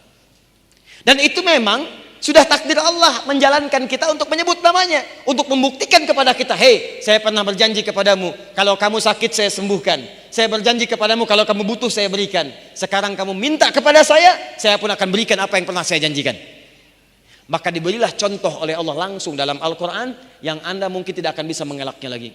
Contoh ini diberikan langsung satu penyakit yang penyakit ini disebutkan dalam riwayat tidak akan pernah dirasakan oleh orang setelahnya dan tidak pernah dialami oleh orang sebelum beliau ini. Jadi Allah langsung turunkan penyakit tingkat tinggi yang kata manusia sulit ada obatnya dan bahkan tidak akan pernah dialami oleh siapapun. Penyakitnya langsung disebutkan yang paling tinggi sehingga Anda nanti tidak akan bisa berkhayal lagi. Kalau yang tinggi ini aja disembuhkan kata Allah, apalagi yang kurang daripada ini. Dan di ujung ayatnya, kalau ada orang yang mengamalkan amalan yang sama seperti ini, maka saya akan sembuhkan kata Allah seperti saya sembuhkan penyakit yang berat ini. Yuk kita mulai ayatnya. Wa ayyuba. Sebentar, masih ada waktu? Oh sudah lewat nih jam 9. Boleh tambah 30 menit? Boleh ya? Baik, kita sesuaikan supaya kita agak cukup waktunya. Dah fokus, sekarang kita fokus ke pembahasan ya. Wa ayyuba Gak usah diikuti. Ini bukan doanya, ini ayatnya mau saya kisahkan ya. Bukan doanya. Wa Ayyuba, dan saya akan buka, kata Allah, kisah tentang Ayyub alaihissalam. Contohnya Nabi Ayyub. Tahan. Biasanya dalam kaidah kalau ada kalimat pertama disebutkan dalam urutan bahasa Arab, baik dalam Al-Quran, dalam hadis atau yang lain, itu normalnya menggunakan dhammah disebut dengan mubtada. Al-masjidu kabirun, harokatnya Setiap kalimat di awal kata harokatnya menggunakan Tapi yang menarik ini menggunakan fathah. Maka Anda membacanya harus dengan menggunakan ilmu balaghah. Setidaknya ada turunan nanti di fikih lughah untuk membahas tentang makna harokat. Jadi nanti di bahasa Arab itu setiap harokat dalam bahasa Arab itu punya makna, ada artinya. Fathah kenapa disebut fathah? Kasrah kenapa disebut kasrah? Dhammah kenapa disebut dhammah? Ada kaitan dengan bacaan, ada kaitan dengan makna-makna tertentu sesuai dengan konteks kalimatnya. Kalau disebutkan fathah, ingat setiap kalimat harokatnya fathah biasanya ini menunjuk satu kejadian. Kalau pada pekerjaan yang berlangsung di masa lampau, yang kisahnya dibuka untuk menjadi inspirasi di masa depan. Saya ulang. Kalau ada kalimat kata kerja atau misalnya sifatnya benda, baik itu manusia atau kejadian tertentu, harokatnya menggunakan fathah di atas ini menunjukkan fathah sesuatu yang terbuka. Kejadian itu pernah terjadi di masa lalu, dibuka oleh Allah untuk memberikan inspirasi bagi orang di masa depan. Seakan-akan terjemahannya kurang lebih demikian. Wa Ayyuba, sekarang kami akan buka kisah Ayyub alaihissalam. Pernah terjadi di masa lalu. Ayyub diuji dengan satu ujian, dan ujian ini kami akan jadikan inspirasi bagi orang di masa depan. Kalau mereka mengamalkan seperti apa yang dikerjakan oleh Ayyub alaihissalam, maka kami pun akan berikan anugerah seperti Nabi Ayyub mendapatinya. Apa ujiannya? Teruskan ayatnya. Idnada rabbahu anni massaniyad-durru wa anta arhamur rahimin.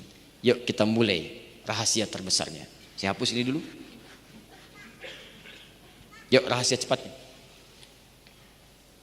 Anni massaniyad-durru, ya Allah, saya sakit.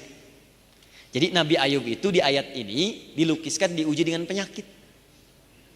Pak, Bu, Nabi aja sakit. Masa kita yang bukan Nabi gak mau sakit? Nabi aja sakit. Dan luar biasanya bukan sakit biasa. Nabi Ayyub itu orangnya luar biasa, keluarganya sejahtera, istrinya cantik, menemani setia pada beliau, anaknya 12. Keluarga sejahtera, orangnya kaya, asetnya banyak, punya kebun, punya hewan-hewan ternak, kaya, sempurna hidupnya luar biasa. Nabi, Rasul, dekat dengan Allah, keluarga sejahtera, aset banyak. Diuji oleh Allah dengan 3 ujian di 3 hari berbeda. Hari pertama hancur semua asetnya, habis. Maaf, kebun-kebun terbakar, binatang ternaknya mati semua. Dalam sehari habis semua, bangkrut. Apakah mengeluh? Tidak. Coba cek antum. Nabi Ayyub, Nabi Rasul dekat dengan Allah, bisnisnya habis semua, asetnya habis. Begitu habis, tidak pernah ada keluhan, ibadah meningkat. Antum Nabi bukan, Rasul bukan, baru keluar dari masjid hilang sandal aja udah ribut. Ini sendal saya Pak, sendal berharga itu. Sendal apa sih Pak? Sendal jepit. Apa yang terjadi? Ningkat ibadahnya. Hari kedua, tambah lagi ujian kedua. Apa itu? Anaknya yang 12 wafat dalam sehari. Ini 1, 2, 3, ini tidak. Sehari wafat semua, 12 orang. Apakah bersedih? Wajar ada rasa sedih. Tapi kesedihan itu dibawa untuk meningkatkan ibadah. Dekat kepada Allah. Hari ketiga diuji dengan penyakit yang penyakit itu tidak pernah dialami oleh orang sebelumnya. Dan konon disebutkan tidak akan dirasakan oleh orang setelahnya. Singkatnya dijalani itu semua dengan penuh kesabaran. Yang paling menarik, tiba-tiba istrinya bertanya pada suaminya setelah sekian masa. Kalau bahasa kita, Papah kan Nabi, Papah Rasul, kenapa tidak mengangkat tangan bermohon berdoa kepada Allah, minta disembuhkan aja, tentu Allah akan kabulkan. Nah ibu lihat sekarang Bu, apa jawab suaminya pada saat itu? Kata Nabi Ayyub, bahasa kitanya, kita diuji dengan senang berapa lama? Kaya, nyaman, hidup sejahtera, sehat 20 tahun. Ada riwayat menyebutkan 70 tahun. Kita diuji sekarang begini berapa lama? Harta hilang, anak-anak tidak ada, papa sakit seperti ini. Berapa lama? 7 tahun. Maka kata suaminya, perhatikan kalimat ini indah sekali. Ma, papa malu kalau minta sekarang. Belum sama masanya antara ujian sakit dengan sehat. Antara ujian yang tidak ada harta dengan banyak harta. Antara ujian ada anak dengan gak ada anak. Dulu kita senang 20 tahun, masa baru diuji 7 tahun sudah mengeluh. Nanti aja, kalau ujian sakit ini sama-sama 20 tahun masanya seperti yang dulu, baru papa minta kepada Allah untuk bermohon.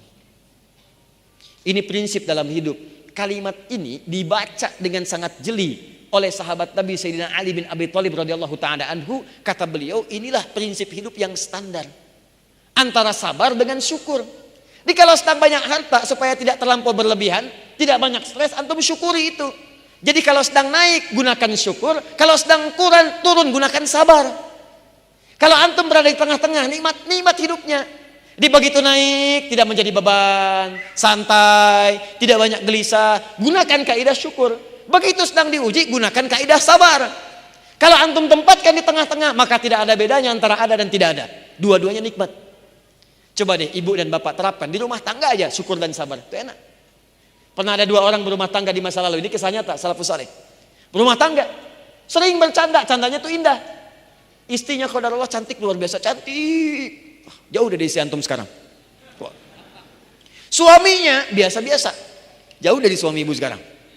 Ya, jadi suatu kali begitu dandan indah, cantik keluar, itu suaminya menatap, matanya tak berkedip, kepalanya tak berpaling, begini aja. Kata istrinya, Zauji, mabika, sayang, kamu kenapa? Kata suaminya, syakartullaha ala hadhil jamala. Aku bersyukur kepada Allah dianugerahi istri yang begitu cantik ini. Tak mampu aku berpaling, tak bisa aku berkedip saat ini. Kata istrinya, Zauji, kunna fil jannah. Sayang, kita berdua akan ke surga. Wah, kaget. Kok bisa katanya? Kata istrinya, kamu bersyukur mendapati aku cantik begini, dan aku pun bersabar mendapati kamu seperti ini. Kamu bersyukur mendapati aku cantik begini, aku pun bersabar mendapati kamu seperti ini. Keduanya ketawa, indah. Satu menerapkan kaidah syukur, 2 menerapkan kaidah sabar. Dan dua-duanya tertawa, gembira, walaupun memang nyelekit kata-katanya. Tapi gak ada pertentangan. Ya sama persis dengan kaidah ini. Nantilah setelah 20 tahun baru papa minta. Dianggap semua sama. Sakit dengan sehat itu ujian. 1 syukur, 2 sabar. Kaya dengan biasa itu ujian. Kalau di atas kita syukur, kalau di bawah kita sabar, maka hidup seperti itu akan tenang. Tapi yang jadi masalah, penyakit itu mulai sudah mengganggu fisik sehingga tidak sempurna ibadah. Kunci pertama. Saya buka kuncinya.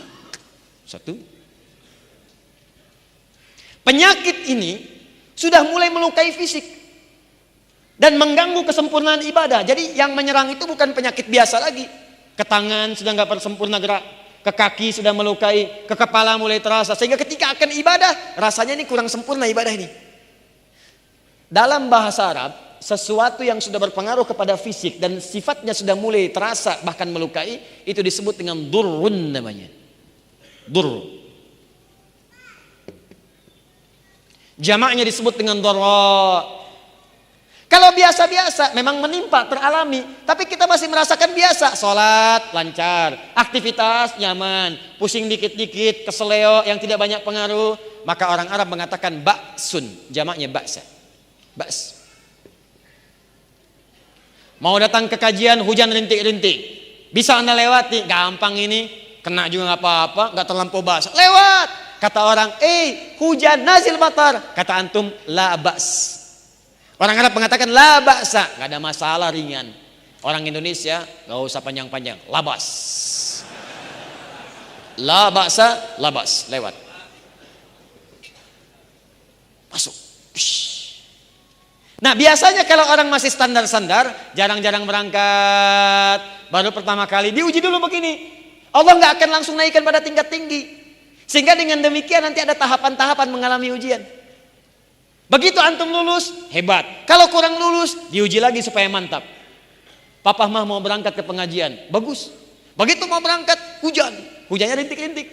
Bang gak jadi ya hujan. Tapi kan ada payung pak. Takut teriak. Takut teriak. Bilang aja gak mau kan. Nah, nih, dibahas.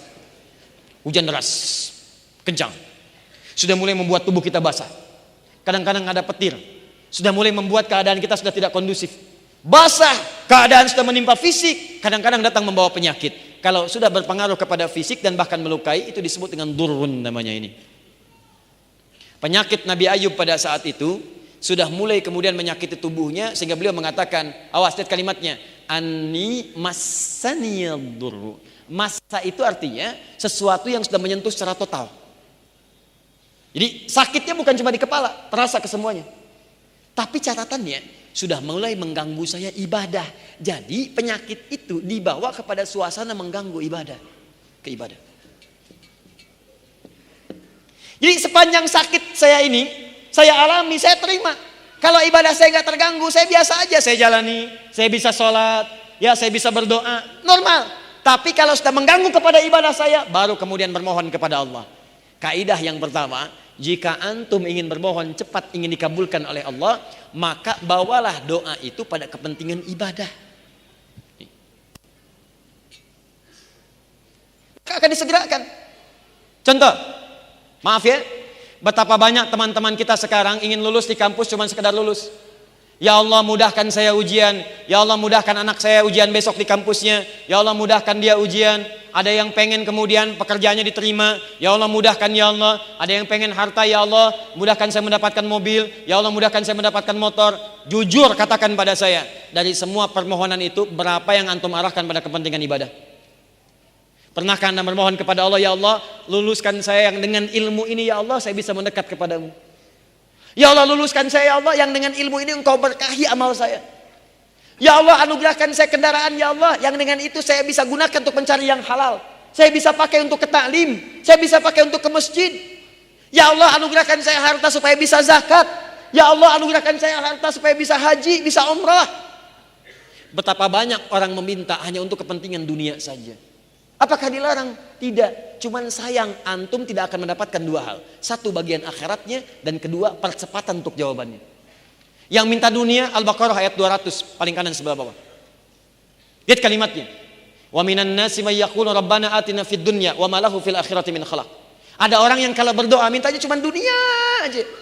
Ya Allah besok ujian luluskan saya ya Allah dunia. Ya Allah IPK saya pengen sekian dunia. Ya Allah pekerjaan saya mudah-mudahan diterima dunia. Ya Allah lancarkan proyek saya dunia. Cuman proyek itu mau diapain gak diterusin. Tapi ada yang minta kepada Allah. 201-nya Rabbana wa minhum may yaqulu Rabbana atina fid dunya hasanah wa fil akhirati hasanah wa qina adzabannar. Ini yang disanjung langsung oleh Al-Quran. Perhatikan kalimatnya, ya Allah saya mohon berikan kebaikan untuk dunia saya dalam pekerjaan ini dan jadikan dia punya nilai akhirat. Jadi kalau antum minta ya Allah mudahkan saya mendapatkan pekerjaan yang mendapatkan halal menurut pandanganmu dan memudahkan saya ke surga ya Allah. Begitu antum panjatkan, ulaika lahum nasibum mimma kasabu. Kata Allah, orang-orang ini akan mendapatkan bagian sesuai dengan permohonannya. Begitu antum mohonkan demi kepentingan ibadah, maka apa jawabannya? Allah akan percepat jawabannya. Nanti kita lihat ayat 84-nya. Jadi pertama, kaidah doa itu kalau bermohon kepada Allah, jangan cukupkan dengan dunia tapi arahkan kepada kepentingan ibadah. Jelas ya? 2. Contoh tadi, antum pengen rumah supaya nyaman tinggal, supaya bisa ibadah dengan maksimal di situ, arahkan kepentingan ibadah saat minta. Misal saja ya, ya Allah, tadi yang saya sebutkan. Saya sudah berusaha untuk sholat maksimal, tahajud saya kerjakan ya Allah. Saat orang nonton bola, saya gunakan tahajud. Saat orang makan, saya puasa. Apa yang saya punya, saya sedekahkan ya Allah. Ya saya mintakan kepadamu ya Rabb. Sampai sekarang, saya belum mampu untuk berzakat ya Allah. Tolong sebelum wafat beri kesempatan untuk berzakat. Berikan saya kesempatan ya Allah. Walaupun hanya 25 juta untuk berzakat misal. Begitu antum minta 25 juta, Allah berikan 1 miliar. 975 jutanya Anda gunakan untuk kebutuhan Anda untuk mendekat kepada Allah, 25 jutanya untuk berzakat. Di cara berfikirnya itu arahkan pada kepentingan ibadah, antum dapat. Cobalah itu. Dan yang paling cepat, saya kasih rahasia ya. Kalau ingin dipercepat oleh Allah, salah satunya gunakan untuk bermohon kepada Allah sebagai bakti pada kedua orang tua. Itu akan dimudahkan. Minta kepada Allah, gunakan sebagai ibadah. Salah satunya sebagai bakti kepada kedua orang tua. sertakan bakti kepada orang tua dalam doa antum, maka antum akan dipercepat oleh Allah Subhanahu wa taala. Dulu ayah saya meninggal tahun 97. Beliau sosok yang menurut kami baik, perhatian, mengajar. Saya sering digendong saat mengajar dan saya tertidur. Sekarang gantian, saya mengajar, beliau tertidur. Singkatnya beliau meninggal dan sebelum wafat saya diminta datang di rumah sakit. Kemudian beliau menangis. Saya nggak tahu karena masih kecil pada saat itu. Saya merasakan beliau menangis saja. Tapi ada kalimat yang tidak saya lupakan. Apa minta maaf? Beliau minta maaf karena tidak bisa mengantar ke pesantren. Di dalam pembaringannya pun masih memikirkan bagaimana caranya saya bisa mengantarkan anak saya sampai ke pesantren. Beliau menangis, kemudian dipeluk. Ya, saya memeluk dan beliau peluk. Kemudian kita pamit. Singkatnya 2 pekan setelah itu beliau wafat. Dan saya disampaikan di pondok, hanya diumumkan setelah sholat subuh. Saya masih ingat saya diminta datang ke kantor. Kemudian dikatakan diminta segera pulang. Ya, tidak diberitahu ayah saya sudah meninggal. Sampai Bandung saya beritahu, baru tahu kalau paman saya mengatakan mungkin sudah tidak bisa melihat dan menyolatkan lagi, sudah selesai. Akhirnya saya baru tahu ya saya meninggal, pulang sampai di rumah, ba'da maghrib, saya dapatkan ibunda saya di ruang tengah. Ya, sudah beliau duduk dan saya berusaha untuk tidak menangis sedikit pun. Saya masih ingat saya peluk beliau, setelah sholat saya temani beliau tidur. Terakhir saya melihat ayah saya dalam mimpi, hanya pakai kain kemeja warna biru. Ya, yang sering beliau kenakan, cuma senyum dan dada dan selesai. Setelah itu besoknya saya lihat di ruangannya dan saya temukan Masya Allah, ternyata selama ini tidak mengajarkan saya dengan kitab tapi dengan perilaku.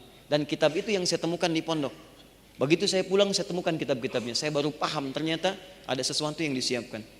Maka saya berpikir, ya Allah, kalau saya mendapatkan sesuatu di masa depan, bagaimana cara saya membalasnya? Ibu saya masih ada dan saya akan maksimal bahagiakan. Ayah saya tidak ada, bagaimana membalasnya? Saya ambil mushaf, Pak, Bu. Mungkin tidak banyak orang tahu tentang ini. Saya ambil mushaf, ayah saya pada saat itu warnanya biru. Ya, saya bawa ke ruang tengah. Saya menghadap ke arah kiblat, saya memohon kepada Allah. Ya Allah, mudahkan saya untuk menghafal Al-Quran ini. Dan alirkan setiap pahalanya, ya Allah, setiap hurufnya kepada ayahanda dan ibunda saya. Alirkan pahalanya kepada ayahanda saya, ya Allah, dan ibunda saya. Begitu saya katakan demikian, alhamdulillah. Saya mohonkan kepada Allah, mulai kemudian saya baca, saya niatkan nilai kebaikannya semua mengalir untuk ayahanda ibunda saya. Anda tahu apa yang terjadi? Begitu saya bacakan, tiba kemudian ayat itu tiba-tiba masuk dengan terjemahannya, dengan bagiannya, dengan masuk dan sulit untuk keluar sejak saat itu. Begitu saya kembali ke pesantren, tiba-tiba pada situ sedang pengecekan ayat Al-Quran, diminta 8 ayat, lalu saya maju ke depan, setiap anak maju ke depan, begitu dapat giliran, lisan saya seakan-akan tidak berhenti untuk mengatakan dan mengucapkan kalimat Quran. Sampai dengan 8 ayat, 9 ayat, 10 ayat, 40 ayat. Baru setelah 40 guru saya meminta berhenti. Ternyata di antara kemudahan untuk mengerjakan sesuatu itu salah satunya adalah sertakan sebagai bagian bakti kita kepada kedua orang tua kita. Dan itulah terbesar, ibadah di antara terbesar di hadapan Allah Subhanahu wa taala. Paham? Misal Anda bermohon kepada Allah, ya Allah, jadikan saya cepat menghafal Quran supaya saya bisa memberikan mahkota kepada kedua orang tua saya. Ya Allah, sebelum saya wafat jadikan saya seorang penghafal Quran supaya bisa membahagiakan kedua orang tua saya. Itu demi Allah saya katakan, setidaknya akan memberikan kemudahan pada apa yang Anda kerjakan. Ya Allah, mudahkan pekerjaan saya supaya saya bisa memberikan infak kepada kedua orang tua saya. Saya ingin bahagiakan ayah ibu saya. Dahulu mereka menderita karena saya, ya Allah, maka sekarang saya ingin jadikan mereka bahagia dalam setiap titian hidupnya. Begitu Anda lakukan yang demikian, demi Allah saya katakan akan ada kemudahan Anda dapatkan. Ini dia. 2, saya cepat. Oh, masih ada waktu. 2, cari dengan bahasa atau ungkapan yang menyentuh.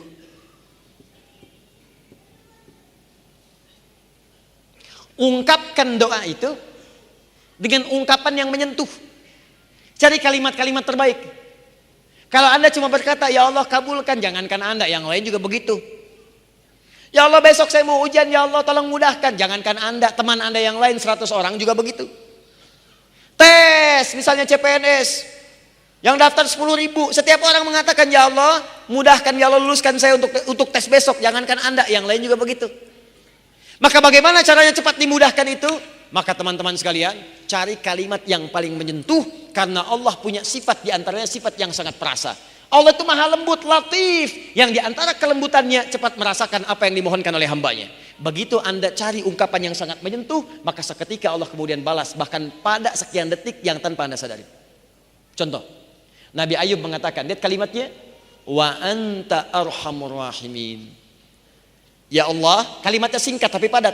Ya Allah, penyakit ini mulai mengganggu saya ibadah. Saya pengen khusyuk menyembahmu ya Allah.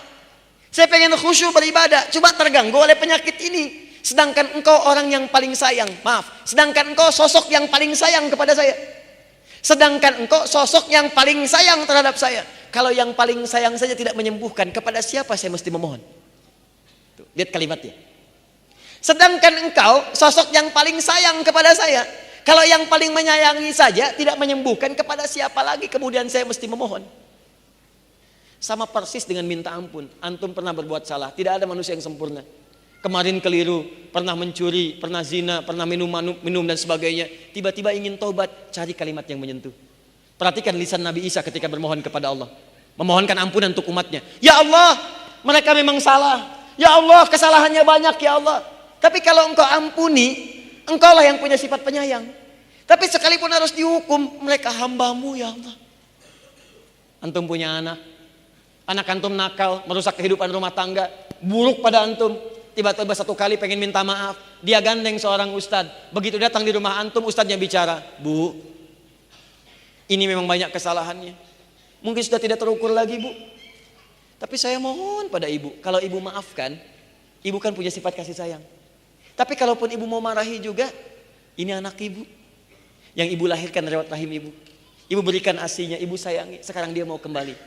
Demi Allah saya katakan, begitu kalimat itu muncul, jangankan kata-kata kasar, tangisan yang pertama keluar. Anda aja manusia punya sifat kasih, apalagi Allah yang Maha Rahman dan Rahim. Begitu Anda mohon dengan kalimat-kalimat yang indah, maka turun jawaban pada saat itu. Ya Allah, hamba sadar hamba berbuat maksiat banyak. Hamba sadar dosanya ya Allah begitu berlimpah. Tapi hamba yakin Engkau yang pernah berjanji akan mengampuni setiap hamba yang bertobat. Ya Allah, aku hambamu, aku ingin kembali.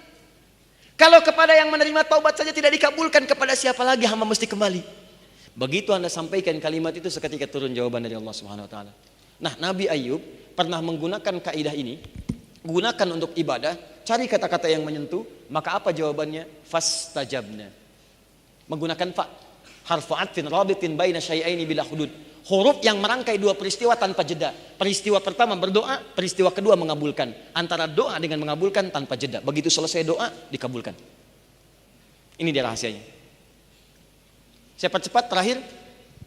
Nabi Zakaria, beliau diuji setelah berumah tangga, tidak punya keturunan, divonis oleh medis, gak mungkin. Istrinya monofos dan mandul, maaf. Apa yang dikerjakan? Beliau bermohon.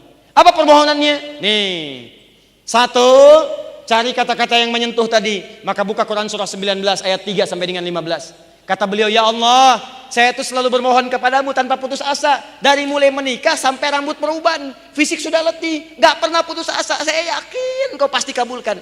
Kalau sampai beruban juga belum dikabulkan, sampai kapanpun saya akan minta, saya mohon dan tidak putus asa. Dua, wa kanu yusari'una fil khairat. Cepat berbuat baik, diniatkan ibadah kepada Allah Subhanahu wa taala. Maka kalau Anda punya kesulitan yang sama, cepat lakukan itu, mohonkan kepada Allah dan kerjakan untuk niat ibadah kepada Allah Subhanahu wa taala. Jelas? Baik, saya tutup terakhir. Ini sudah. Yang ini. Ini spesial. Saya akhiri. Bagian terakhir, ada cara untuk memudahkan bagi kita supaya didekatkan rizki. Rizki itu sifatnya luas. Pengetahuan, rizki. Ketenangan, rizki. Termasuk keturunan, rizki. Harta benda, rizki. Bagaimana caranya saat bermohon kepada Allah itu, Allah cepat mengabulkan itu semua. Rumus cepatnya, buka Quran surah ketiga Ali Imran ayat 35 sampai 37. Kalau orang tua menyiapkan ini dari awal, bahkan maka anaknya akan dijamin mudah rizkinya oleh Allah dari sisi yang orang tuanya tidak menduganya. Cara pertama, tahan baik-baik. Idh qalat imra'atu Imran rabbi inni nadartu laka fi ma fi batni muharrara fataqabbal minni. Cara pertama, antum mesti bernazar kepada Allah untuk memperbaiki diri. Berjanji, ya Allah, mulai saat ini hamba ingin menjadi hamba yang baik dalam pandanganmu, mohon bimbing hamba. Jadi pertama yang antum harus kerjakan, tapikan dulu hal yang buruk, taubat dari maksiat, jauhi maksiat. Kalau ingin semua dimudahkan oleh Allah dan doa cepat diijabah, apapun yang dimintakan seketika. Bahkan hebatnya, belum minta sudah dipenuhi. Ada orang-orang yang belum bermohon langsung dikabulkan oleh Allah. Dia belum bermunajat, besoknya tiba-tiba maaf akan bekerja, orang macet dia mudah. Tiba-tiba rizkinya datang dari sisi yang tidak dia duga. Mau belanja makanan, makanan datang ke rumahnya. Pengen beli buah, orang ada yang ngantarkan. Belum dikerjakan, jawaban datang. Cara pertama bagaimana cara mendapatkan itu semua? Pertama, bahasa Qur'annya antum perbaiki diri dulu. Tobat. Tobat.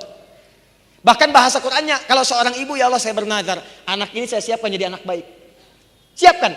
Kalau kembali kepada kita, janji kepada Allah, ya Allah saya taubat ya Allah. Saya berjanji akan menghilangkan semua segala hal yang engkau anggap buruk. Saya akan berusaha. Pertama, taubat. Dua, tahan. Wa inni sammaituha Maryam wa inni u'idzuha bika wa dzurriyyataha minasyaitonir rajim. Masih kaidah taubat, tinggalkan kemudian bujuk rayu setan, jauhi perbuatan maksiat. Yang paling indah, ini bagian keduanya. Perhatikan baik-baik. Yang kedua, siapkan diri untuk berbenah, untuk meningkatkan ibadah kepada Allah Subhanahu wa taala dengan meningkatkan level yang tidak biasa. Tahan. Level yang tidak biasa. Contoh. Orang siangnya makan, antum puasa. Orang puasa Senin, antum tambah Kamis. Orang Senin Kamis, antum ayamul bid. Orang ayamul bid, antum puasa Daud, misal. Orang puasa Daud sudah nggak ada lagi. Dia Daud, saya Sulaiman, nggak bisa. Nah, ini udah ngaco. Pokoknya intinya, setiap ada peluang meningkatkan yang lebih baik, antum ambil level yang lebih tinggi. Malam orang tidur, antum tahajud. Orang 2 rakaat, 4 rakaat. Orang 4, antum 6. Orang 6, antum 8. Orang 8, antum 10. Tambah witir 1. Ingin tingkatkan lagi, silahkan, gak ada batas. Kata Nabi, sepanjang menekat kepada fajar. Tingkatkan, tingkatkan, tingkatkan. Begitu antum lakukan semua itu, apa yang terjadi? Maryam pernah disiapkan oleh ibundanya. Orang ibadah biasa di tempat biasa, di rumah. Maryam beda, langsung dibikinkan mihrab. Mihrab. Orang di tempat biasa, Maryam dibuatkan mihrab. Orang bergaul dengan kalangan biasa, beliau mencari guru terbaik namanya Nabi Zakaria. Jadi bukan cara yang biasa. Orang cuma belajar dengan orang biasa, ini dicari orang yang paling bagus, Nabi Zakaria. Orang belajar di tempat biasa, ini dibikinkan tempat namanya mihrab, spesial, mendekat kepada Allah. Begitu dikerjakan semua itu, apa yang terjadi? Lihat ayat 37-nya. Ayat 37 surah ketiga paling kiri sebelah bawah. Fataqabbalaha rabbuha biqabulin hasanin, 1, wa ambataha nabatan hasana, 2. Ketika seseorang berikhtiar, 1, dia bertobat dari maksiat yang dikerjakan. 2, dia bertekad lebih baik mendekat kepada Allah dari sebelumnya dan bisa menyaingi amalan orang lain. Dia tingkatkan amalannya lebih daripada yang biasa. Maka kata Allah, saya akan terima semua ikhtiarnya. Nih yang hebat.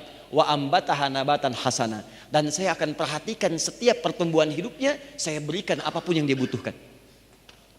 Yang dahsyat, kullama dakhala alayya Zakaria al-mihraba wajada 'indaha rizqa. Yang paling hebat, yang Nabi Zakaria. Maryam disiapkan, Maryam mendapatkan apa yang belum didapatkan Nabi Zakaria. Apa itu? Semua rizki-rizkinya langsung Allah yang siapkan. Setiap Nabi Zakaria masuk ke mihrabnya Maryam, sudah ada yang dibutuhkan. Kunci mihrab gak ada yang pegang kecuali Nabi Zakaria. Bawa makanan, sudah ada. Bawa buah-buahan, sudah ada. Bawa pakaian, sudah ada. Musim apel, ada apel. Musim jeruk, ada jeruk. Yang hebat bukan musim apel, ada apel. Itu yang dasar. Begitu ditanya, ya Maryam anna laki hadza? Maryam dari mana semua ini? Lihat jawabannya. Qalat huwa min indillah. Semua langsung diberikan oleh Allah. Innallaha yarzuqu may yasha. Ini kuncinya. Bighairi hisab. Allah akan memberikan rizki tanpa batas, mudah dan tanpa batas. Kata manusia ada batasnya, kata Allah enggak ada batas. Sepanjang dia dikehendaki oleh Allah. Kaidah ilmu tafsirnya, jika ada kalimat di Quran, siapa yang dikehendaki, itu maksudnya jadilah antum bagian dari yang dikehendaki itu. Bagaimana menjadi yang dikehendaki? Tadi, 1, bertobat kepada Allah dari maksiat. Yang 2, tingkatkan amal soleh dari yang standar biasanya. Paham? Kenal Nabi Ibrahim? Tidak, bagus. Nabi Ibrahim ujian contoh terakhir. Nabi Ibrahim ujian terbesarnya setelah berumah tangga sudah sepuh, tidak ada keturunan pada saat itu. Dari Sayyidah Sarah. Antum tahu nggak kapan itu dikabulkan? Dikabulkan ketika beliau beramal soleh melebihi standar manusia pada umumnya. Kedatangan tamu malam-malam di Quran surah 51 ayat ke-24 sampai 30 paling kanan sebelah bawah. Tamu datang malam-malam. Kalau kita jam 2:30 lah menjelang subuh datang. Tadinya ke tempat Nabi Lut, cuman mampir ke tempat Nabi Ibrahim. Malam-malam, assalamualaikum, assalamualaikum. Hal ataka hadithu dhaifi Ibrahim al-mukramin idh dakhalu alaihi faqalu salama. Kata Allah, pernah enggak kalian dengar kisah Nabi Ibrahim yang kedatangan tamu malam-malam? Assalamualaikum, assalamualaikum. Dijawab oleh Nabi Ibrahim, waalaikumsalam. Saya tanya dah pada antum. Ini pertanyaan pernah saya sampaikan di Bekasi juga. Antum kalau malam-malam nanti nih 2:30 kedatangan tamu, agak banyak suaranya di luar. Assalamualaikum, assalamualaikum. Dibuka enggak? Tuh. Dijawab enggak salamnya? Enggak, tuh. Ini yang bahaya. Menyampaikan salam hukumnya sunnah, tapi menjawab tuh wajib. Perkara antum mau buka atau enggak urusan antum. Tapi minimal antum jawab. Assalamualaikum, waalaikumsalam. Assalamualaikum, waalaikumsalam. Waalaikumsalam. Buka dong. Enggak. Siapa di luar? Sate 200 tusuk. Begitu dibuka Nabi Ibrahim, qaumum munkarun, ini orang asing, bukan penduduk sini. Kalau bukan penduduk sini berarti perjalanan jauh, capek, lelah. Gak boleh saya banyak tanya, saya hormati tamu. Maka dimuliakan tamu itu. Silahkan masuk, duduk aja. Faragha ila ahli, yarhamukallah. Maka beliau pergi ke istrinya Sayyidah Sarah. Pertanyaannya begini, kalau bahasa kita, ada menu terbaik apa untuk menjamu tamu kita di malam ini? 2:30 datang, masih dijamu. Apa kata istrinya? Kita nggak punya stok makanan. Maka apa yang terjadi?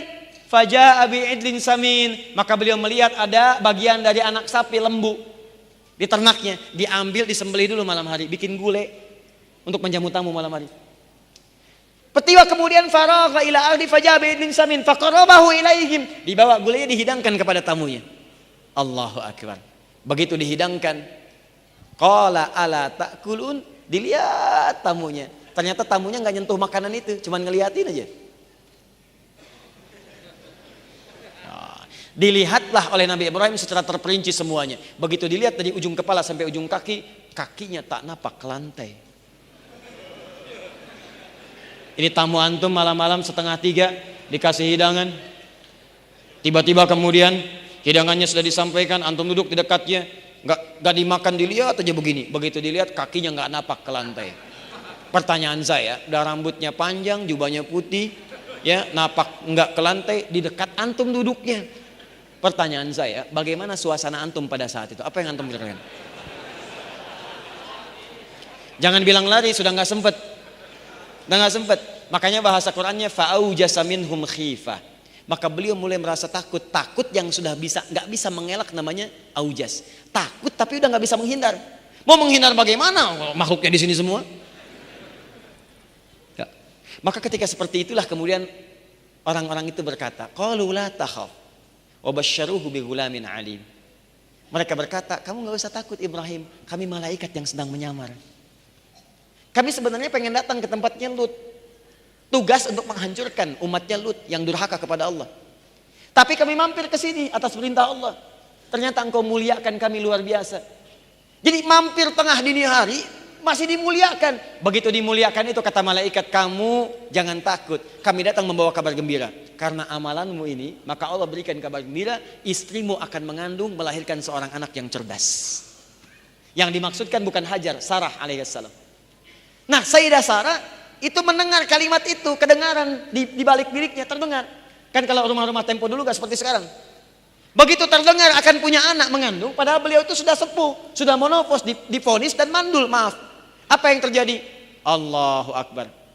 Tiba-tiba setelah kalimatnya fabasyaruhu bi ghulamin alim fa aqbalat imra'atuhu fi saratin fasakkat wajhaha wa qalat ajuzun aqim. Tiba-tiba keluar dari tempat beliau mendengar itu mengatakan sambil menepuk pipinya, apakah yang seperti ini masih mungkin punya keturunan? Jadi beliau seakan tak percaya, mungkin gak begini punya keturunan? Ini udah sepuh, udah begini, divonis mandul, divonis monopos, apa mungkin masih punya keturunan? Apa jawabannya?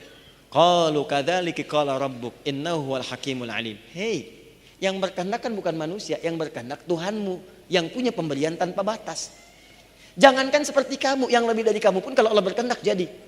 Maka mereka katakan, Allah yang maha tahu dan maha bijak untuk memberikan apa yang terbaik untukmu. Perhatikan baik-baik. Malam-malam mengerjakan perbuatan yang tidak biasa, maka Allah jawab dengan jawaban yang tidak biasa. Perempuan yang divonis mustahil punya keturunan, maka jadilah dia kerjakan itu semua. Tuh. Saya pernah sampaikan beberapa bagian dari ini pada teman-teman. Dan saya katakan jangan lakukan karena siapapun, lakukan karena Allah. Kamu bikin mihrab, kamu sholat di situ, malam tahajud, suaminya pimpin jadi imam, istrinya di belakang, mohon betul kepada Allah. Mintakan kepada Allah. Setelah 1 tahun, 2 tahun, 3 tahun, 4 tahun, 5 tahun, 6 tahun, 7 tahun, 8 tahun divonis oleh medis, susah dapat keturunan. Begitu mengerjakan semua ini karena Allah, apa yang terjadi? Tiba-tiba handphone itu berdering. Masuklah kemudian berkata, Ustaz, si fulan sudah mengandung. Ustaz, si fulana sudah mengandung. Allahu Akbar, saya bilang alhamdulillah. Terus dia fotokan tempat mihrabnya, suaminya, istrinya, tempatnya.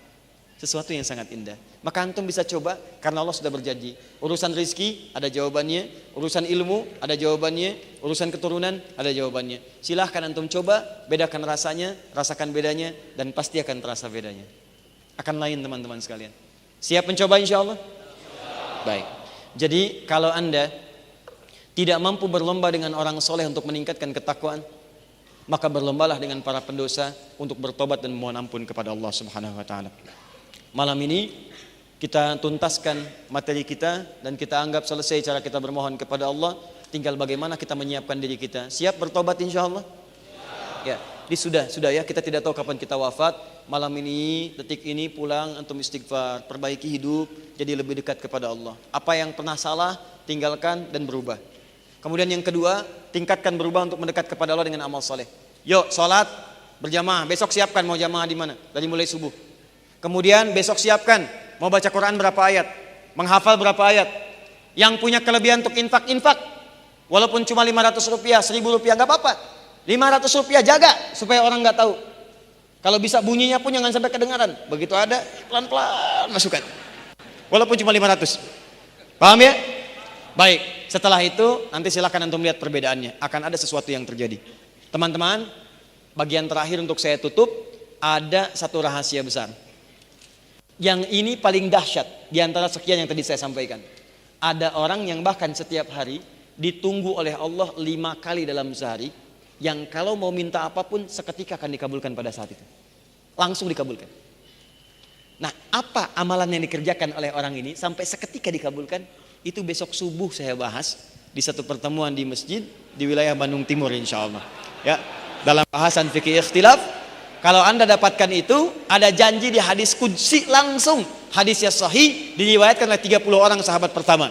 Anda kerjakan, bukan anda minta, anda ditunggu oleh Allah. Mau minta apa? Sekarang anda mintakan, saat itu dikabulkan. Kata Allah, wali abdi ma sa'ala. Kalau kamu minta sekarang, aku akan kabulkan seketika. Pertanyaannya, apakah yang diminta itu bagaimana caranya? Besok subuh, insya Allah kita bahas, kita terangkan. Cukup ya? Baik, kita cukupkan dulu pada malam hari ini. Semoga Allah muliakan kita.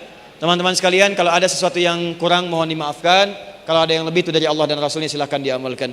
Allahumma rabbana atina fid dunya hasanah fil akhirati hasanah wa qina adzabannar. Allahumma taqabbal minna innaka antas samiul alim wa tub alaina innaka antat tawwabur rahim. Allahumma rabbana la tada' lana fi maqamina hadza fi kulli maqamin dhanban illa ghafarta. Duhai Allah, kami bermohon kepadamu kalau ada satu di antara kami hamba-Mu yang datang pada malam hari ini membawa lumuran dosa, maka mohon jangan biarkan dia meninggalkan tempat ini kecuali Engkau telah ampuni segala dosa-dosanya. Allahumma wala hamman illa farajtah. Jika ada yang datang ke tempat ini membawa kegelisahan dalam hatinya, jangan Engkau biarkan dia meninggalkan tempat ini kecuali Engkau telah tenangkan keadaan hatinya. Allahumma ya Allah wala asiran illa yassartah. Jika ada yang datang ke tempat ini membawa kesulitan dalam hidupnya, maka mohon dengan segala keikhlasannya angkat dan mudahkan segala kesulitannya. Allahumma wala maridan illa syafaitah. Jika ada di antara kami ya Rabb yang datang ke tempat ini ya Arhamar Rahimin, Engkau uji dengan penyakit seberat apapun, maka mohon angkat dan sembuhkan segala penyakitnya. Allahumma taqabbal minna mimma ta'allamna ya Rabbal Alamin, wa 'allimna mimma jahilna, wa barikna fima ya Allah, wa barik lana fima ta'allamna. Ya Allah, kami mohon ya Allah, anugerahkan keberkahan pada setiap apa yang telah kami pelajari. Ajarkan kami segala hal yang belum kami ketahui dan berikan kami manfaat pada setiap apa yang telah kami pelajari. Allahumma ya Allah ijal baqiyata hayatina hayatan thayyibah. Ya Allah, jika besok Engkau tetapkan kami masih hidup ya Rabbal Alamin, maka mohon bimbing kami untuk berubah lebih baik daripada hari-hari sebelumnya. Wa idza kana hadhil laila akhiru hayatina faj'al ya Allah hadhil laila husnal khatimah. Namun kalau malam ini kami pun mesti pulang dan ajal kami tiba di malam ini, maka mohon ya Allah jadikan malam ini untuk kami husnul khatimah. tawaffana muslimin, wafatkan kami dalam keadaan mampu bersyahadat, berislam dengan baik, linaqula kalimatan la ilaha illallah Muhammadur Rasulullah. Ya Allah, ringankan lisan kami dalam sakaratul maut ya Allah, untuk mengucapkan kalimat syahadat, kalimat tauhid. Allahumma ajib ya Allah kalimatan nabi qaulika ya ayyatuhan nafsul mutmainnah irji'i ila rabbika radiyatan mardiyah fadkhuli fi ibadi wadkhuli jannati. Ya Allah, mohon jawab kalimat kami di akhir hidup kami, sakaratul maut kami ya Allah, dengan kalimat-Mu yang indah. Tuhai jiwa-jiwa yang tenang, cepat pulang. Aku ridha denganmu, engkau pun akan ridha dengan pemberianku. Jadilah hambaku, aku akan masukkan kau ke surgaku. Allahumma ya Allah, alif baina qulubina asli ahwalana ya Rabb, ma yuqarribuna ila ridha. Ya Allah, jika ada hamba-hamba yang pernah berbuat maksiat bahkan di malam ini ya Allah, tolong sentuh hatinya supaya dia berubah ya Allah. Ingatkan kepadanya bahwa ia akan wafat. Kami mohon ya Allah, jangan kau wafatkan mereka kecuali engkau jadikan mereka telah bertobat kepadamu ya Rabbal Alamin. Allahumma ya arhamar rahimin, Allahumma hdi ya Allah jiwarana, ihdi zumala'ana, ihdi ya Allah min kulli aqribaan liyahtadu ilal Islam. Ya Allah, jika di malam ini ada teman kami, tetangga kami, kerabat kami belum berislam ya Allah, kami mohon tanamkan, hujamkan hidayah pada hati mereka, lembutkan untuk berislam, mengucapkan kalimat syahadat. Kami tidak ingin berpisah dengan mereka di surga kelak ya Allah. Kami bersama mereka di dunia, jangan pisahkan kami di akhirat. Allahumma ya Rabbal Alamin, Rabbana atina fid dunya hasanah, fil akhirati hasanah wa qina adzabannar. Taqabbal minna ya Allah innaka antas sami'ud du'a wa tub 'alaina innaka antat tawwabur rahim. La tudayyi' dumu'ana ya arhamar rahimin. Ya Allah, kami mohon, kami telah datang berjuang mengatasi segala kemacetan dengan peluh, keringat dan sebagainya. Kami mohon ya Allah, jangan sia-siakan air mata kami ketika bermohon. Kabulkan ya Allah. Engkau telah perintahkan kami bermohon, berdoa, kami telah lakukan, kami bahas, kami pelajari dan kami amalkan. Dan Engkau berjanji untuk mengabulkan, maka mohon ya Allah, kabulkan janjimu ya Allah, kabulkan janjimu ya arhamar rahimin. Jika dengan semua perjuangan yang telah kami lakukan pada malam hari ini belum mampu mengabulkan, maka mohon tunjukkan kepada kami dengan cara apa lagi kami mesti bermohon kepadamu. Bifadlika subhana rabbika rabbil izzati amma yasifun, wa salamun alal mursalin, subhanakallahumma bihamdika asyhadu an la ilaha illa anta, astaghfiruka wa natubu ilaik, wa akhiru da'wana anil hamdulillahi rabbil alamin. Sebelum saya ucapkan salam, insyaallah bulan depan itu nanti mungkin masuk wilayah Bandung. InsyaAllah kami siapkan nanti Mushaf At-Taisir, itu sudah kita proses dicetak sebanyak 20.000, sekaligus nanti akan ada launching untuk metodologinya menghafal Quran dalam 30 hari. Semoga antum terpilih menjadi penghafal Quran insyaallah. Ya, Assalamualaikum warahmatullahi wabarakatuh.